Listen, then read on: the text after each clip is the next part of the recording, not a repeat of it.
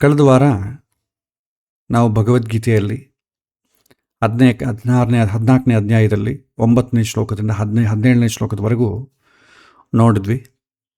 ಇದರಲ್ಲಿ ಕೃಷ್ಣ ಸತ್ವ, ರಜಸ್ಸು ಮತ್ತು ತಮಸ್ಸು ಎಂಬ 3 ಗುಣಗಳ ನಮ್ಮ ಮನಸ್ಸು, ನಮ್ಮ ಚಿಂತನೆ, ನಮ್ಮ ವರ್ತನೆ ಹಾಗೂ ಜೀವನದ ದಿಕ್ಕನ್ನು ಹೇಗೆ ನಿಯಂತ್ರಿಸ್ತವೆ ಎಂಬುದನ್ನು ಅತ್ಯಂತ ಸುಂದರವಾಗಿ ನಮಗೆ ವಿವರಿಸಿದ್ದಾನೆ.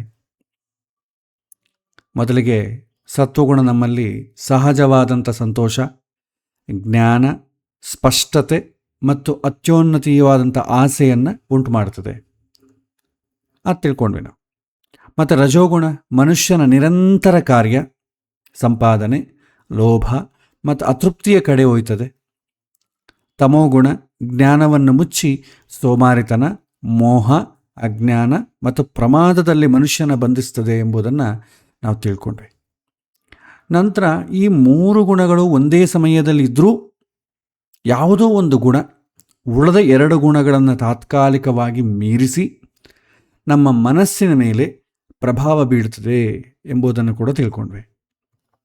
ಅದಾದ ನಂತರ ಯಾವ ಗುಣ ಜಾಗೃತವಾಗಿದೆ, ಪ್ರೆಸೆಂಟ್ ಆಕ್ಟಿವೇಶನ್ ಆಗಿದೆ ಎಂಬುದನ್ನು ಗುರುತಿಸುವಂಥ ಲಕ್ಷಣಗಳನ್ನು ಕೂಡ ಕೃಷ್ಣ ಹೇಳ್ತಾನೆ. ಜ್ಞಾನ, ಆಂತರಿಕ ಬೆಳಕು ಮತ್ತು ಶಾಂತಿ ಇದು ಕಂಡು ಬಂದರೆ ಅದು ಸತ್ವದ ಲಕ್ಷಣ. ನಮ್ಮ ಮನಸ್ಸಿನ ಮೇಲೆ ಸತ್ವದ ಗುಣ ಆವೇಶ ಆಗಿದೆ, ಆಕ್ಟಿವೇಟ್ ಆಗಿದೆ ಅಂತ ಅರ್ಥ. ಲೋಭ, ಅತಿಯಾದಂಥ ಕಾರ್ಯಚಟುವಟಿಕೆ ಮತ್ತು ಅತೃಪ್ತಿ ಕಂಡು ಬಂದರೆ ಅದು ರಜೋಗುಣದ ಲಕ್ಷಣ. ಸೋಮಾರಿತನ, ನಿದ್ದೆ, ಮೋಹ ಮತ್ತು ಅಜ್ಞಾನ ಕಂಡು ಬಂದರೆ ಅದು ತಮೋಗುಣದ ಲಕ್ಷಣ. ಮತ್ತು ಮುಂದೆ ಮರಣಕಾಲದಲ್ಲಿ ಯಾವ ಗುಣ ಪ್ರಬಲವಾಗಿದೆಯೋ ಅದರ ಪ್ರಕಾರ ಮುಂದಿನ ಜನ್ಮದ ಗತಿ ಹೇಗೆ ನಿರ್ಧರಿಸ್ತದೆ ಎಂಬುದನ್ನು ಕೂಡ ನಾವು ತಿಳ್ಕೊಂಡ್ವಿ. ಆದ್ದರಿಂದ ಜೀವನ ಪೂರ್ತಿ ಸಾತ್ವಿಕತೆಯನ್ನು ಬೆಳೆಸಿಕೊಂಡ್ರೆ ಮಾತ್ರ ಅಂತ್ಯಕಾಲದಲ್ಲಿ ಸತ್ವದ ಪ್ರಭಾವದಲ್ಲಿ ಇರಲಿಕ್ಕೆ ಸಾಧ್ಯ ಎಂಬ ಮಹತ್ವ ಸಂದೇಶವನ್ನು ಕೃಷ್ಣ ನೀಡ್ತಾನೆ. ಕೊನೆಯಲ್ಲಿ ಸತ್ವಾತ್ ಸಂಜಾಯತೆ ಜ್ಞಾನಂ ಎಂಬ ಮಹತ್ವವಾದ ಸಂದೇಶವನ್ನು ಅಧ್ಯಯನ ಮಾಡಿದ್ದೀವಿ. ನಿಜವಾದಂಥ ಜ್ಞಾನದ ತೃಷೆ ಸತ್ವದಿಂದ ಹುಟ್ಟುತ್ತದೆ. ಲೋಭ ರಜೋಗುಣದ ಮುಖ್ಯ ಲಕ್ಷಣ, ಮೋಹ ಹಾಗೂ ಅಜ್ಞಾನ ಅಂತಂಬುದು ತಮೋಗುಣದ ಲಕ್ಷಣ. ಇದನ್ನು ತಿಳ್ಕೊಂಡ್ವಿ. ಸೊ ಈ ರೀತಿಯಾಗಿ ಕಳೆದ ವಾರ ಪಾಠದಲ್ಲಿ ತ್ರಿಗುಣಗಳ ಸ್ವಭಾವ, ಅವುಗಳ ಲಕ್ಷಣಗಳು, ಅವುಗಳ ಮನೋವೈಜ್ಞಾನಿಕವಾದಂಥ ಪರಿಣಾಮಗಳು, ಜೀವನ ಹಾಗೂ ಮರಣಾನಂತರ ಗತಿಯ ಮೇಲೆ ಅವು ಹೇಗೆ ಪ್ರಭಾವ ಬೀಳ್ತದೆ ಎಂಬುದನ್ನು ಮತ್ತು ಸತ್ವವನ್ನು ಬೆಳೆಸಿಕೊಳ್ಳುವಂಥ ಅಗತ್ಯವನ್ನು ಕೃಷ್ಣ ಉಪದೇಶದ ಮೂಲಕ ನಾವು ಅರ್ಥ ಮಾಡಿಕೊಂಡ್ವಿ. ಇವತ್ತು ಮತ್ತಷ್ಟು ಶ್ಲೋಕವನ್ನು ನಾವು ನೋಡೋಣ. ಊರ್ಧ್ವಂ ಗಚ್ಚಂತಿ ಸತ್ವಸ್ಥ ಮಧ್ಯೆ ತಿಷ್ಟಂತಿ ರಾಜಸಾಹ ಜಗನ್ಯ ಗುಣ ವೃತ್ತಿಸ್ಥಾಹ ಅಧೋ ಗಚ್ಚಂತಿ ತಾಮಸಾಹ ಅಂತ ಹೇಳ್ತಾರೆ.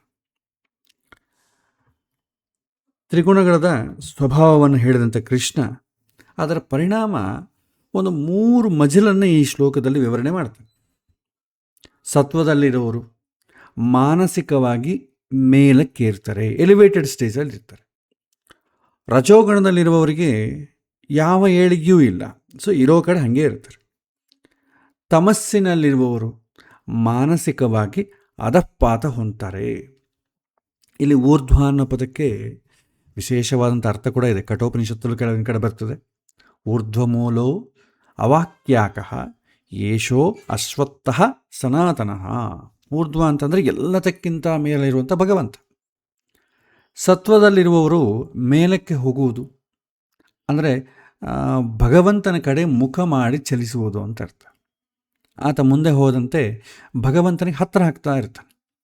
ಆದರೆ ತಮಸ್ಸಿನಲ್ಲಿರುವವರು ಭಗವಂತನಿಗೆ ಬೆನ್ನು ಹಾಕಿ ಚಲಿಸ್ತಾರೆ.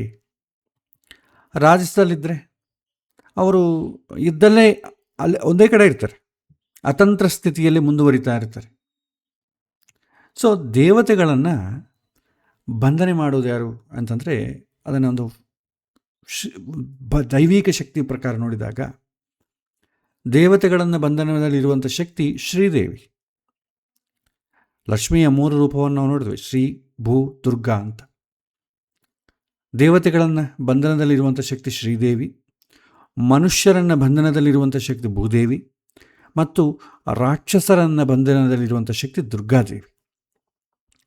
ಸಾತ್ವಿಕರು ಸತ್ವಮಾನಿಯಾದಂಥ ಶ್ರೀದೇವಿಗೆ ಕೃಪೆಗೆ ಪಾತ್ರರಾಗಿ ಮೇಲಿನ ಲೋಕವನ್ನು ಪಡೀತಾರೆ. ರಾಜಸರು ಭೂದೇವಿಯ ಬಂಧನದಲ್ಲೇ ಮುಂದುವರಿತಾ ಹೋಗ್ತಾರೆ ಮತ್ತು ತಾಮಸರು ದುರ್ಗಾದೇವಿಯ ನಿಯಂತ್ರಣದಲ್ಲಿರುವಂಥ ತಾಮಸ ಲೋಕದಲ್ಲಿ ಇರ್ತಾರೆ. ಇದು ಒಂದು ಫಿಲಾಸಫಿಕಲ್ ವಿವರಣೆ. ಮತ್ತೊಂದು ಶ್ಲೋಕ, ನಾಣ್ಯಂ ಗುಣೇಭ್ಯ ಕರ್ತಾರಂ ಯಥಾ ದ್ರಷ್ಟಾನುಪಶ್ಯತಿ ಗುಣೇಭ್ಯಶ್ಚ ಪರಂ ವೇತ್ತಿ ಮದ್ಭಾವಂ ಸೋದಿಗಚ್ಚತಿ ಅಂತ ಹೇಳ್ತಾರೆ. ನಮ್ಮ ಜೀವನದಲ್ಲಿ ಏನೇನು ನಡೀತಾ ಇದೆಯೋ ಅದೆಲ್ಲವೂ ಕೂಡ ಈ 3 ಗುಣಗಳ ಪ್ರಕ್ರಿಯೆ. ನಾವು ಏನೇನು ಆಲೋಚನೆ ಮಾಡ್ತೇವೆ, ನಮ್ಮ ಮನಸ್ಸಿನಲ್ಲಿ ಏನೇನು ಆಲೋಚನೆ ಮೂಡ್ತದೆ, ನಾವು ಏನೇನು ನಿರ್ಣಯಗಳು ತಗೊಳ್ತೇವೆ, ಯಾವುದನ್ನು ಪಾಯಿಂಟ್ ಮಾತಾಡ್ತೇವೆ, ಒಳಗೆ ಪ್ರಾಸೆಸಿಂಗ್ ಏನೇನು ನಡೀತದೆ ಎಲ್ಲ ಕೂಡ ತ್ರಿಗುಣಗಳಿಗೆ ಸಂಬಂಧಪಟ್ಟದ್ದೇ. ತ್ರಿಗುಣಾತೀತವಾಗಿ ಆಲೋಚನೆ ಮಾಡುವಂಥ ಪ್ರಯತ್ನ ನಾವು ಮಾಡಲ್ಲ. ನಾವು ನಾವಾಗಿ ಏನೂ ಮಾಡೋದಿಲ್ಲ, ಬದಲಿಗೆ ಎಲ್ಲವೂ ಕೂಡ ತ್ರಿಗುಣಗಳ ಪ್ರಭಾವದಿಂದ ನಡೀತದೆ. ಯಾಕೆ ತ್ರಿಗುಣಗಳ ಪ್ರಭಾವದಿಂದ ಯಾಕೆ ನಡಿಬೇಕು ಅಂತಂದರೆ, ಇಂದ್ರಿಯಗಳು ಏನು ನೋಡ್ತವೆ? ಪ್ರಕೃತಿಯನ್ನು ನೋಡ್ತವೆ. ಪ್ರಕೃತಿ ಹೇಗಿದೆ? ಇಂದ್ರಿಯಗಳ ಮಯವಾಗೇ ಇದೆ. ಪ್ರಕೃತಿಯಲ್ಲಿರೋದು ಕೂಡ ಸತ್ವ, ರಜಸ್ಸು, ತಮಸ್ಸೆ. ಆ 3 ಗ್ರಹಣವನ್ನು ಮಾಡ್ತದೆ. ಬೇರೆ ಇದಕ್ಕೆ ಅತೀತವಾಗಿರುವಂಥದ್ದು ಯಾವುದೂ ಕೂಡ ನಮಗೆ ಪ್ರಕೃತಿಯಲ್ಲಿ ಕಾಣಲ್ಲ. ಹಾಗಾಗಿ ನಮ್ಮ ಮನಸ್ಸು ಅದರ ಬಗ್ಗೆ ಆಲೋಚನೆ ಮಾಡಲ್ಲ. ಪ್ರಕೃತಿಯಿಂದ ಬಂದು ನಮ್ಮ ಸ್ವರೂಪವನ್ನು ಮುಚ್ಚಿ ಅವು ಕೆಲಸ ಮಾಡ್ತಾ ಇರ್ತವೆ. ಹಾಗಾಗಿ ಒಬ್ಬ ವ್ಯಕ್ತಿಯ ಮೇಲ್ನೋಟದಲ್ಲಿ ವರ್ತನೆಯಂತೆ ಆತನ ನಿಜ ಸ್ವಭಾವವನ್ನು ಅರಿಯೋದು ಸಾಧ್ಯ ಆಗೋದಿಲ್ಲ. ನಾವು ಹೇಳಿದ್ವಲ್ಲ, ಒಬ್ಬ ಮನುಷ್ಯ ಬ್ರಾಹ್ಮಣ, ಕ್ಷತ್ರಿಯ, ವೈಶ್ಯ, ಶೂದ್ರ ಈ ವರ್ಣದಲ್ಲಿ ಯಾವುದು ಅಂತ ತಿಳ್ಕೊಳ್ಳೋದು ತುಂಬ ಕಷ್ಟ. ಯಾಕೆಂದರೆ ನಾನು ಬ್ರಾಹ್ಮಣ ವರ್ಣನೋ, ವೈಶ್ಯವರ್ಣನೋ, ಕ್ಷತ್ರಿಯನೋ, ಶೂದ್ರನೋ ಅಂತ ತಿಳ್ಕೊಳ್ಬೇಕಾದ್ರೆ ಈ ನಮ್ಮ ಮೇಲಿರುವಂಥ ತ್ರಿಗುಣಗಳ ಪ್ರಭಾವ ಏನಿದೆ ಅದಕ್ಕಿಂತಲೂ ಮೀರಿ ಆಲೋಚನೆ ಮಾಡಬೇಕಾಗುತ್ತೆ. ಆವಾಗ ತಿಳ್ಕೊಳ್ಳಿಕ್ಕೆ ಸಾಧ್ಯ. ಇಲ್ಲದ್ರೆ ಏನಾಗುತ್ತೆ, ನಮ್ಮ ಆಲೋಚನೆಗಳೆಲ್ಲ ಕೂಡ ಲಿಮಿಟೆಡ್. ಈ ತ್ರಿಗುಣಗಳಿಂದ ನಾವು ಏನೇನು ಇನ್ಫಾರ್ಮೇಷನ್ ಪಡ್ಕೊಂಡಿದ್ದೀವಿ ಅದರ ಒಳಗೆ ಚೌಕಟ್ಟಿನಲ್ಲೇ ನಾವು ಕೆಲಸ ಮಾಡ್ತೇವೆ, ನಮ್ಮ ಬುದ್ಧಿ ಕೆಲಸ ಮಾಡ್ತೇವೆ. ಸತ್ವಕ್ಕೆ ನಮ್ಮ ಮನಸ್ಸು ಟ್ಯೂನ್ ಆದಾಗ ಆ ಸತ್ವಕ್ಕೆ ಅನುಗುಣವಾದಂಥ ವಿಷಯವನ್ನೇ ಗ್ರಹಣ ಮಾಡ್ತದೆ. ಅಂಥ ವ್ಯಕ್ತಿ ಕೂಡ ಎಂದೂ ಕೂಡ ನಾನು ಮಾಡಿದೆ ಅಂತ ಭ್ರಮೆ ಪಡೋದಿಲ್ಲ. ಇನ್ನು ಇಲ್ಲಿ ಗುಣಗಳಿಗಿಂತ ಬೇರೆಯಾದಂಥ ಕರ್ತ ಇಲ್ಲ ಅಂತ ಅವನ ಅಭಿಪ್ರಾಯ. ಈಗ ಜಡ ಇದೆ, ಜಡ ಕೂಡ ಎಂದೂ ಕೂಡ ಕರ್ತ ಎನ್ನೋದಿಲ್ಲ. ಯಾಕೆಂದರೆ ಅದರಿಂದ ಗುಣ ಅಂದರೆ ಕೇವಲ ಜಡವಾದ ಗುಣ ಅಲ್ಲ, ಅದಕ್ಕೆ ಅಭಿಮಾನಿಯಾದಂಥ ಚೈತನ್ಯವನ್ನು ಗುರುತಿಸುವ ಎನ್ನುವಂಥ ಸಂದೇಶ ಈ ಶ್ಲೋಕದಲ್ಲಿದೆ. ಕರ್ತೃತ್ವದಲ್ಲಿ ಅನೇಕ ಥರ ಇದೆ. ಇಚ್ಛಾಪೂರ್ವಕ ಕೃತಿ. ಈಗ ಸಪೋಸು ಒಂದು ಕಲ್ಲಿದೆ, ಆ ಕಲ್ಲನ್ನು ನೀವು ಎತ್ತುಕೊಂಡು ಬಂದರೆ ಕರ್ತೃತ್ವ ಒಂದು ಆ್ಯಕ್ಷನ್ ನಡೀತದೆ. ಕಲ್ಲನ್ನು ತೊಗೊಂಡು ಬಂದರೆ ಆ ಕಲ್ಲು ನಿಮ್ಮ ಜೊತೆ ಬರ್ತದೆ, ಒಂದು ವರ್ಕ್ ಅಲ್ಲಿ ನಡೀತದೆ, ಆ್ಯಕ್ಷನ್. ಆದರೆ ಕಲ್ಲು ತನ್ನಷ್ಟಕ್ಕೆ ತಾನಾಗಿ ಒಂದು ಕಡೆ ಹೋಗಬೇಕು ಅಂತ ಅಂದ್ಕೊಳ್ಳಲ್ಲ. ಅದಕ್ಕೆ ಆ್ಯಕ್ಷನ್ ಇದೆ, ಬಟ್ ಇಚ್ಛೆ ಇಲ್ಲ. ಮನುಷ್ಯನಿಗೆ ಇಚ್ಛೆ ಇದೆ, ಆ್ಯಕ್ಷನ್ ಇದೆ. ಮನುಷ್ಯ ತನ್ನಷ್ಟಕ್ಕೆ ತಾನು ಆಲೋಚನೆ ಮಾಡಬಲ್ಲ, ಹೀಗಾಗಬೇಕು ಅಂತ ಅದಕ್ಕೆ ಪ್ರಯತ್ನ ಮಾಡಬಲ್ಲ. ಆದರೆ ಪೂರ್ಣ ಕರ್ತೃತ್ವ ಇಲ್ಲ. ಯಾಕೆಂದರೆ ತನಗೆ ಏನು ಮಾಡಬೇಕು ಅಂತಂಬೋದು ತನ್ನ ಕೈಯಲ್ಲಿಲ್ಲ. ಈಗ ಮಳೆ ಬರಬೇಕು, ನಾನು ಸೃಷ್ಟಿ ಆಗಬೇಕು, ತನ್ನಷ್ಟಕ್ಕೆ ತಾನು ಮಾಡಿಕೊಳ್ಳೋ ಶಕ್ತಿ ಇಲ್ಲ. ಆ ಶಕ್ತಿ ಇರೋದು ಯಾರಿಗೆ? ಭಗವಂತಗೆ ಮಾತ್ರ. ಸ್ವತಂತ್ರ ಇಚ್ಛಾಪೂರ್ವಕ ಕೃತಿ ಅಂತಂತೇವೆ. ಕೃತಿ ಎಲ್ಲಿದೆಯೋ ಅದು ಕರ್ತ. ಒಂದು ಕಲ್ಲಿನಲ್ಲಿ ಕೃತಿ ಇದೆ, ಅದು ಕರ್ತ ಆಗ್ತದೆ. ಆದರೆ ಅದಕ್ಕೆ ಸ್ವತಂತ್ರವಾಗಿ ಮಾಡೋದಕ್ಕೇನಿಲ್ಲ. ಮನುಷ್ಯ ಸ್ವತಂತ್ರವಾಗಿ ಮಾಡ್ತಾನೆ, ಆದರೆ ಪೂರ್ತಿ ಇಚ್ಛಾಪೂರ್ವಕವಾದಂಥ ಸ್ವಾತಂತ್ರ್ಯ ಇಲ್ಲ. ತನಗೆ ಹೀಗೆ ಆಗಬೇಕು ಅಂತಂಬೋ ಇಲ್ಲ ಅವನಿಗೆ. ಭಗವಂತ ಆ ಎಚ್ಚರ ಅದಿದೆ.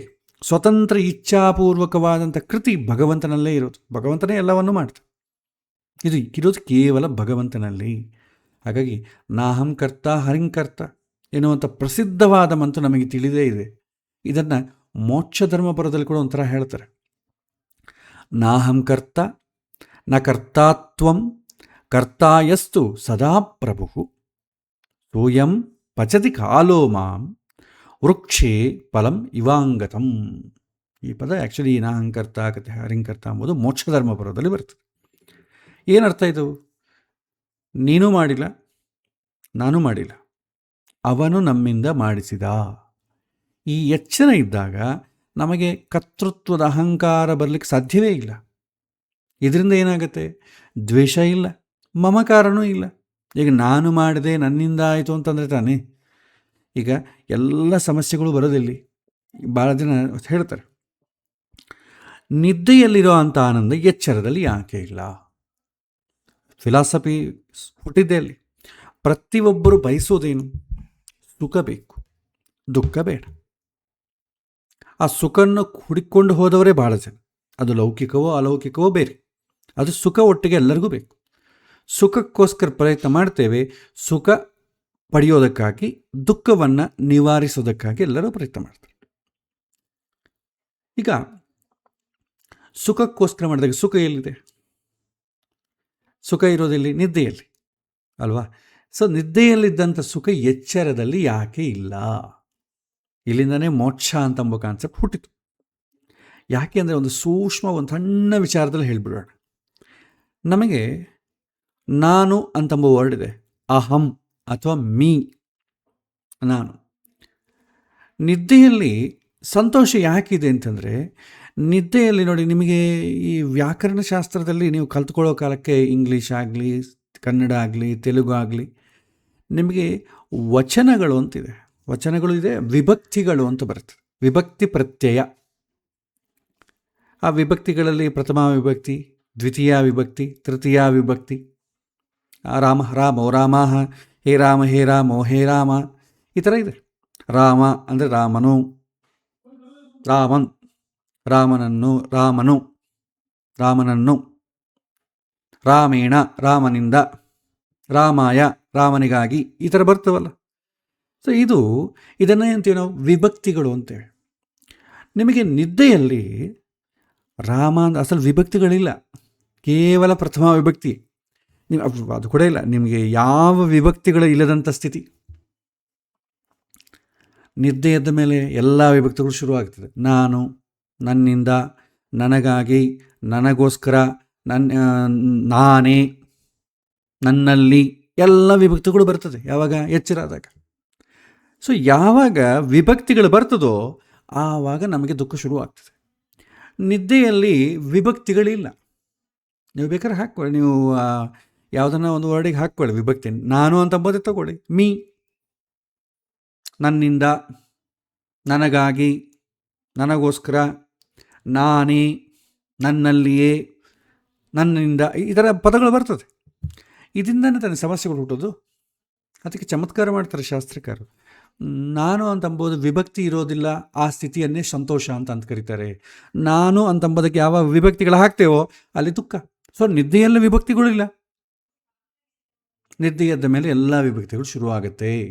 ನಾನು ಯಾರು, ನಾನು ಏನು, ನನ್ನಿಂದ ಏನೇನಾಯಿತು ಎಲ್ಲ ಅಂಟಿಕೊಳ್ತದೆ. ಹಾಗಾಗಿ ದುಃಖ. ಹಾಗಾಗಿ ಭಗವಂತ ನಮ್ಮಿಂದ ಮಾಡಿಸ್ತಾ ಇದ್ದಾನೆ ಅಂತಂಬೋದಾದರೆ ನನ್ನಿಂದ ಏನೂ ಇಲ್ಲ ಅಂತ ಗೊತ್ತಾಗ್ತದೆ. ಇದರಿಂದ ಏನಾಗುತ್ತೆ? ದ್ವೇಷವೂ ಬರೋದಿಲ್ಲ, ಮಮಕಾರವೂ ಇರೋದಿಲ್ಲ. ನಾನು ಮಾಡಿದೆ, ನನ್ನಿಂದ ಆಯಿತು ಎನ್ನುವುದು ಕೇವಲ ಭ್ರಮೆ ಅಂತ ಗೊತ್ತಾಗ್ತದೆ. ಈ ಜಗತ್ತಿನಲ್ಲಿ ಏನೇ ನಡೆದರೂ ಕೂಡ ಅದು ಈ 3 ಗುಣಗಳ ಪ್ರಭಾವದಿಂದಲೇ ನಡೀತದೆ. ಸತ್ವ ರಜಸ್ತಮೋ ಗುಣಗಳು. ಅದನ್ನು ಮೀರಿ ನನ್ನಷ್ಟಕ್ಕೆ ನಾನು ಏನೂ ಮಾಡಿಲ್ಲ, ಈ ಅರಿವು ನಮಗೆ ಬರಬೇಕು. ತ್ರಿಗುಣಗಳ ಪ್ರಭಾವ ಜಡದಲ್ಲೂ ಇದೆ, ಚೇತನದಲ್ಲೂ ಇದೆ. ಆದರೆ ಆ ಪ್ರಭಾವದಿಂದ ಕ್ರಿಯೆ ನಡೀತಾ ಇದೆ. ಯಾರೋ ಒಬ್ಬರು ನಮಗೆ ಬೈದರು ಅಂತ ಅಂದ್ಕೊಳ್ಳಿ, ಆತನಲ್ಲಿ ಆ ಕ್ಷಣದಲ್ಲಿ ರಜೋಗುಣ ಜಾಗೃತವಾಗಿ ಕೆಲಸ ಮಾಡ್ತಾ ಇದೆ ಅಂತ ನಾವು ಅರ್ಥ ಮಾಡ್ಕೋಬೇಕು. ನಾವು ಈ ಅರಿವಿನಿಂದ ಆ ಕ್ಷಣದಲ್ಲಿ ವರ್ತಿಸ್ಬೇಕು. ಈಗ ಇದು ನಾವು ಎಲ್ಲಿ ಬಳಸ್ತೇವೆ?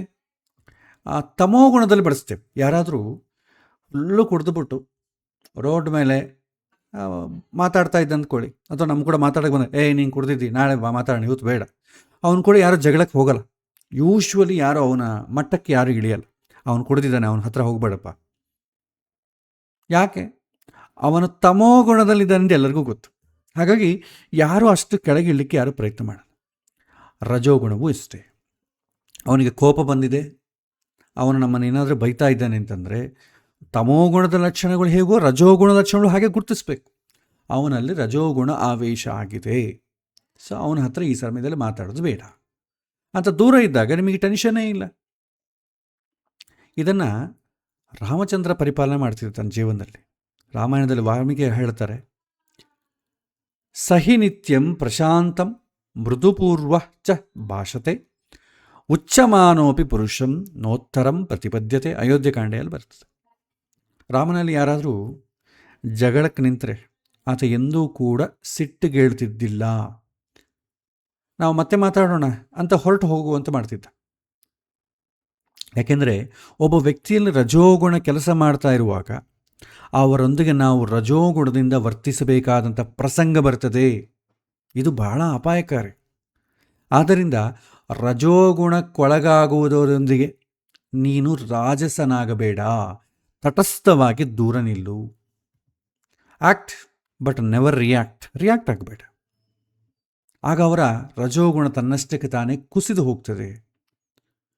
ಸಿಟ್ಟು ಮಾಡುವವರು ಮುಂದೆ ಮೌನಿಯಾದರೆ ಅವರ ಸಿಟ್ಟು ಬಹುಬೇಗ ಕಳೆದು ಹೋಗ್ತದೆ. ಹೀಗೆ ನಾವು ಈ ಗುಣಗಳ ಪ್ರಭಾವವನ್ನು ಗುರುತಿಸಿದಾಗ ನಮ್ಮ ಬದುಕಿನಲ್ಲಿ ನಡೆಯುವಂಥ ಜೀವನವೇ ಬೇರೆ ಆಗ್ತದೆ, ನಮ್ಮ ನಡೆಯ ಲೈಫ್ ಸ್ಟೈಲೇ ಬೇರೆ ಆಗ್ತದೆ. ಸೊ ಮೇಲೆ ಹೇಳಿರುವಂಥ ವಿಷಯವನ್ನಷ್ಟೇ ತಿಳಿದ್ರೆ ಸರಿ ಹೋಗಲ್ಲ. ಈ ತ್ರಿಗುಣಗಳನ್ನು ಮೀರಿ ನಿರಂತರ ಯಾರು ನಿಂತಿದ್ದಾನೋ ಭಗವಂತ, ಆ ನಿಂತವನ ಭಗವಂತ, ಅವನನ್ನು ತಿಳಿದಾಗೆ ಈ ತ್ರಿಗುಣಗಳನ್ನು ಮೀರಿ ನಿಲ್ಲಲಿಕ್ಕೆ ಸಹಾಯ ಆಗ್ತದೆ. ಪ್ರಕೃತಿಯಲ್ಲಿ ಪ್ರತಿಯೊಂದು ತ್ರಿಗುಣಗಳಿಗೆ ಒಳಪಟ್ಟದ್ದೇ. ಭಗವಂತ ಮಾತ್ರವೇ ಈ ತ್ರಿಗುಣಗಳ ಒಳಗೆ ಒಳಪಟ್ಟವನಲ್ಲ. ಅಂಥ ಭಗವಂತನನ್ನು ತಿಳಿದಾಗ ಮಾತ್ರವೇ ಈ ತ್ರಿಗುಣಗಳನ್ನು ಮೀರಿ ನಿಲ್ಲಲಿಕ್ಕೆ ಸಹಾಯ ಆಗ್ತದೆ. ಆ ಭಗವಂತನನ್ನು ಸೇರೋದಕ್ಕೆ ನಾನು ಈ ತ್ರಿಗುಣಗಳ ಪ್ರಭಾವದಿಂದ ಹೊರಬರಬೇಕು ಎನ್ನುವಂಥ ಸತ್ಯವನ್ನು ನಾವು ಅರ್ಥ ಮಾಡಿಕೊಳ್ಬೇಕು. ಇಂತಹವರ ಮನಸ್ಸು ನನ್ನಲ್ಲಿ ನೆಲೆಗೊಳ್ಳುತ್ತೆ ಮತ್ತು ಅದರಿಂದಾಗಿ ಮುಂದೆ ಅವರು ನನ್ನ ಬಂದು ಸೇರ್ತಾರೆ ಅಂತ ಹೇಳ್ತಾನೆ ಕೃಷ್ಣ ಈ ಶ್ಲೋಕದಲ್ಲಿ. ಮತ್ತೊಂದು ಶ್ಲೋಕ, ಗುಣ ನೇತಾ ನತೀತ್ಯತ್ರೀನ್ ದೇಹಿ ದೇಹ ಸಮುದ್ಭವಾನ್ ಜನ್ಮ ಮೃತ್ಯು ಜರಾ ದುಃಖೈರ್ ವಿಮುಕ್ತೋ ಅಮೃತಮಶ್ನುತೆ ಅಂತ ಹೇಳ್ತಾನೆ. ನಮ್ಮ ಸ್ವರೂಪವನ್ನು, ಅಂದರೆ ಸ್ವಭಾವವನ್ನು ಮುಚ್ಚಿ ಗಾಢವಾಗಿ ಪರಿಣಾಮ ಬೀರುವಂಥ ಈ 3 ಗುಣಗಳನ್ನು ನಾವು ದಾಟಬೇಕು. ಇಲ್ಲಿ 3 ಗುಣಗಳಲ್ಲಿ ಸತ್ವಗುಣವನ್ನು ದಾಟುವುದು ಅಂತಂದರೆ ಸ್ಥೂಲ ಸತ್ವವನ್ನು ದಾಟಿ ಸೂಕ್ಷ್ಮ ಸತ್ವವನ್ನು ಸೇರುವುದು ಅಂತ ಅರ್ಥ. ಹೀಗೆ 3 ಗುಣಗಳನ್ನು ದಾಟಿ ತ್ರಿಗುಣಾತೀತನಾದರೆ ಆಗ ನಾವು ಈ ಸಂಸಾರದ ಹುಟ್ಟು, ನಾವು ರೋಗದ ಮುಪ್ಪು, ದುಃಖ ಎಲ್ಲವನ್ನೂ ದಾಟಿ ಭಗವಂತನನ್ನು ಸೇರಿ ಅಮರರಾಗಬಹುದು. ಇದರಿಂದ ಮತ್ತೆ ಎಂದೂ ಹುಟ್ಟಿಲ್ಲದಂಥ, ಸಾವಿಲ್ಲದಂಥ ಆನಂದದ ಸ್ಥಿತಿಯನ್ನು, ಮೋಕ್ಷವನ್ನು ಪಡೀಲಿಕ್ಕೆ ಸಾಧ್ಯ ಆಗ್ತದೆ. ಇಲ್ಲಿ ಕೃಷ್ಣ ತ್ರಿಗುಣವನ್ನು ದಾಟಿದಾಗ ಅದರಿಂದ ಮೋಕ್ಷ ಪ್ರಾಪ್ತಿಯಾಗ್ತದೆ ಅಂತ ಹೇಳಿದ್ದಾನೆ. ಹೀಗೆ ಹೇಳಿದಾಗ ಸಹಜವಾಗಿ ನಮಗೊಂದು ಪ್ರಶ್ನೆ ಬರುತ್ತೆ. ಅದೇ ಪ್ರಶ್ನೆಯನ್ನು ಮುಂದೆ ಅರ್ಜುನ ಕೂಡ ಅದೇ ಪ್ರಶ್ನೆಯನ್ನೇ ಕೇಳ್ತಾನೆ. ಏನಂತಂದರೆ, ಅದು ಕೈಹಿ ಲಿಂಗೈಹಿ ತ್ರೀನ್ ಗುಣಾನ್ ಏತಾನ್ ಅತೀತಃ ಭವತಿ ಪ್ರಭು ಕಿಂ ಆಚಾರಃ ಕಥಂಚ ಏತಾನ್ ತ್ರೀನ್ ಗುಣಾನ್ ಅವತಿವರ್ತತೆ ಅಂತ ಹೇಳ್ತಾನೆ. ನಿಮ್ಮೆಲ್ಲರ ಪರವಾಗಿ ಕೃಷ್ಣ ಈ ಪ್ರಶ್ನೆ ಕೇಳ್ತಾನೆ. ಕೃಷ್ಣನ್ನ. ಅರ್ಜುನ ಕೇಳ್ತಾನೆ, 3 ಗುಣಗಳನ್ನು ದಾಟಿದವ್ರು ಯಾರನ್ನ ಇದ್ದರೆ ಅವರನ್ನು ತೋರಿಸಿ, ಅವ್ರನ್ನ ಗುರುತಿಸೋದು ಹೇಗಪ್ಪ? ಇದೆಲ್ಲ ಚೆನ್ನಾಗಿದೆ, ಥಿಯರಿಟಿಕಲ್ ಎಲ್ಲ ಚೆನ್ನಾಗಿದೆ. ಒಂದು ವೇಳೆ ಈ 3 ಗುಣಗಳನ್ನು ದಾಟಿ ಯಾರನ್ನ ಇದ್ದಾರೆ ಅಂತ ಅಂದುಕೊಳ್ಳೋಣ, ಅದು ಭಗವಂತ ಅಂತ ನೀವು ಹೇಳಿದ್ದೆ ಒಬ್ಬರೇ. ಭಗವಂತನಲ್ಲಿ ಈ 3 ಗುಣಗಳ ಆವೇಶ ಇರಲ್ಲ.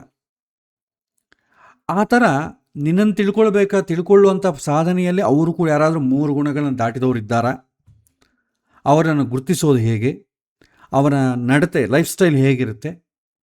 ಈ 3 ಗುಣಗಳನ್ನು ಆತ ಹೇಗೆ ದಾಟ್ತಾನೆ?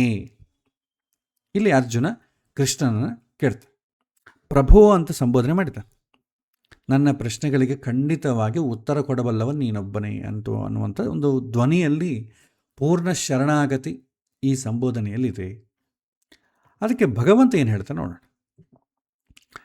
ಪ್ರಕಾಶಂಚ ಪ್ರವೃತ್ತಿಂಚ ಮೋಹಮೇವ ಚ ಪಾಂಡವ ನ ದ್ವೇಷ್ಟಿ ಸಂಪ್ರವೃತ್ತಾನಿ ನ ನಿವೃತ್ತಾನಿ ಕಾಂಕ್ಷತಿ ಅಂತ ಹೇಳ್ತಾನೆ. ತ್ರಿಗುಣಗಳನ್ನು ದಾಟಿದವ ಯಾವುದು, ಅವನು ಹೇಗಿರ್ತಾನೆ ಅಂತಂಬುದನ್ನು ಕೃಷ್ಣ ಇಲ್ಲಿ ಹೇಳ್ತಾನೆ. ಈ ತ್ರಿಗುಣಗಳನ್ನು ದಾಟಿದವನು ಯಾರಿದ್ದಾರೆ? ಅವನು ಯಾವುದೋ ಅನಪೇಕ್ಷವಾದದ ಬಂದಾಗ ಅದನ್ನು ದ್ವೇಷ ಮಾಡೋದಿಲ್ಲ. ಯಾವುದೋ ಒಂದು ಭಗವಂತ ನಿರೀಕ್ಷಣೆ ಪ್ರಾರಬ್ಧ ಕರ್ಮವಶಾತ್ ಏನಾದರೂ ಬಂತು ಅಂದ್ಕೊಳ್ಳಿ ಅವನಲ್ಲಿ, ಅದನ್ನು ಅವನು ತಿರಸ್ಕಾರ ಮಾಡೋದಿಲ್ಲ, ದ್ವೇಷ ಮಾಡೋದಿಲ್ಲ. ಒಂದು ವೇಳೆ ಅವನೇನಾದರೂ ಅಪೇಕ್ಷೆ ಪಟ್ಟದ್ದು ಬಾರದೇ ಇದ್ದಾಗ ಅಸಲು ಅದನ್ನು ಅಪೇಕ್ಷಿಸೋದೇ ಇಲ್ಲ. ಯಾವುದು ಬೇಕು ಯಾವುದು ಬೇಡ ಎನ್ನುವುದು ನನಗಿಂತ ಚೆನ್ನಾಗಿ ಭಗವಂತನಿಗೆ ಗೊತ್ತಿದೆ, ಅದಕ್ಕಾಗಿ ನಾನ್ಯಾಕೆ ತಲೆ ಕೆಡಿಸ್ಕೊಳ್ಬೇಕು ಎನ್ನುವಂಥ ನಿರ್ಲಿಪ್ತತೆ ಅವನಲ್ಲಿರ್ತದೆ. ಜೀವನದಲ್ಲಿ ಏನು ಬಂತೋ ಅದನ್ನು ಆತ ಸ್ವಾಗತಿಸ್ತಾನೆ. ವ್ಯಾಸರು ಕೂಡ ಮಹಾಭಾರತದಲ್ಲಿ ಶಾಂತಿ ಪರ್ವದಲ್ಲಿ ಒಂದು ಮಾತನ್ನು ಹೇಳ್ತಾರೆ. ಏವಂ ಅಪ್ಯ ಅಶುಭಂ ಕರ್ಮ ನ ಭೂತಂ ನ ಭವಿಷ್ಯತಿ ಅಂತ ಹೇಳ್ತಾರೆ. ಧರ್ಮರಾಜನಿಗೆ ಈ ಪ್ರಸಂಗದಲ್ಲಿ ಹೇಳ್ತಾನೆ, ಹಿಂದೆ ಇಷ್ಟುವರೆಗೂ ಆಗಬಾರದ್ದು ಅಂತಂಬುದು ಎಂದೂ ಆಗಿಲ್ಲ. ಆಗಬಾರದ್ದು ಹಿಂದೆ ಆಗಿಲ್ಲ, ಮುಂದೆ ಆಗುವುದೂ ಇಲ್ಲ. ಏನು ಆಗಬೇಕೋ ಅದು ಘಟನೆ ನಡೀತದೆ. ಅದನ್ನು ನಾನು ಬೇಡ ಅಂತ ದ್ವೇಷಿಸಿ ಫಲ ಏನಿದೆ? ಆದ್ದರಿಂದ ತ್ರಿಗುಣವನ್ನು ದಾಟಿದವನು ಏನಾದರೂ ಬಂದರೆ ತಗೊಳ್ತಾನೆ. ಅವನು ಬೇಡ ಅಂತ ದ್ವೇಷ ಮಾಡೋದಿಲ್ಲ, ಇಲ್ಲದ್ದನ್ನು ಬಯಸುವುದೂ ಇಲ್ಲ. ಎಲ್ಲವನ್ನು ನಿರ್ವಿಕಾರವಾಗಿ ನೋಡ್ತಾ ತುಂಬಿದ ಕೊಡದಂತೆ ತುಳುಕ್ತಾ ಬದುಕ್ತಾನೆ. ಲೋಕದಲ್ಲಿ ಕೆಲವರಿಗೆ ಸತ್ವದಲ್ಲಿ ಆಸಕ್ತಿ ಆದರೆ ಇನ್ನು ಕೆಲವರಿಗೆ ಪ್ರವೃತ್ತಿ. ಸತ್ವ ಅಂತಂದ್ರೇನು? ಅದು ಕೂಡ ಬಂಧಕವೇ. ಸತ್ವದಲ್ಲಿಯೂ ಬೇಕು ಎಂಬುದಿದೆ, ರಜೋಗುಣದಲ್ಲೂ ಬೇಕು ಎಂಬುದಿದೆ. ಸತ್ವದಲ್ಲಿ ನನಗೋಸ್ಕರ ಅಲ್ಲ, ಎಲ್ಲರಿಗೋಸ್ಕರ, ಜಗತ್ತಿನ ಕ್ಷೇಮಕ್ಕೋಸ್ಕರ ಬೇಕು ಅಂತಂದು ಬೇಡಿಕೊಂಡರೆ, ರಜೋಗುಣದಲ್ಲಿ ನನಗೋಸ್ಕರನೇ ಬೇಕು ಅಂತ ಬೇಡಿಕೊಳ್ಳುತ್ತೆ. ಇದಿಷ್ಟೇ ಡಿಫ್ರೆನ್ಸ್ ಅಷ್ಟೆ. ಸತ್ವಗುಣ ಕೂಡ ಅದಕ್ಕೊಂದು ಉಪಮಾನವನ್ನು ಕೂಡ ಶಾಸ್ತ್ರದಲ್ಲಿ ಹೇಳ್ತಾರೆ. ಸತ್ವಗುಣ ಕೂಡ ಹೇಗೆ ಬಂಧಕ ಆಗ್ತದೆ ಅಂತ ಒಂದು ಉಪಮಾನ ಹೇಳ್ತಾರೆ. ನಾವು ಮನೆಯಲ್ಲಿ ರಾಗಿ ಪಾತ್ರೆಗಳು, ಬೆಳ್ಳಿ ಪಾತ್ರೆಗಳೆಲ್ಲ ಇರ್ತದೆ. ಅದನ್ನು ನಾವು ಎಷ್ಟೋ ದಿನ ಬಳಸಿಲ್ಲ, ಯಾವಾಗೋ ಒಂದು ತಿಂಗಳಲ್ಲೋ ಅಥವಾ ಶುಭ ಕಾರ್ಯ ಬಂದಾಗ ತೆಗಿತೇವೆ. ತೆಗೆದು ಅದನ್ನು ತೊಳಿಬೇಕು. ಏನು ಮಾಡ್ತೇವೆ? ಕಾಪರ್ ಐಟಮ್ಸ್ ಆದರೆ ಬೇಗ ಕಪ್ಪಗಾಗ್ಬಿಡ್ತದೆ, ಬೆಳ್ಳಿ ಆದರೆ ಅಷ್ಟು ಬೇಗ ಆಗಲ್ಲ. ಅದು ಕೂಡ ಕಾಲಕ್ರಮೇಣ ಸ್ವಲ್ಪ ಲೇಟಾಗಾದರೂ ಕಪ್ಪಗಾಗ್ತದೆ. ಆವಾಗ ನಾವೇನು ಮಾಡ್ತೇವೆ? ಆ ಕಪ್ಪುದನ್ನು ತೆಗಿಲಿಕ್ಕೋಸ್ಕರ ಹುಣಸೆ ಹಣ್ಣು ಬಳಸ್ತೇವೆ. ಆ ಹುಣಸೆ ಹಣ್ಣಿಂದ ನೀವು ಹಾಕಿ ನೀವು ತಿಕ್ಕರಿ, ಒಳ್ಳೆ ಫಡಫಡವಳ ಅಂತ ಬೆಳೀತದೆ. ಅದೇನೆಲ್ಲ ಕೂಡ ಹೊಟ್ಟೋಗ್ತದೆ.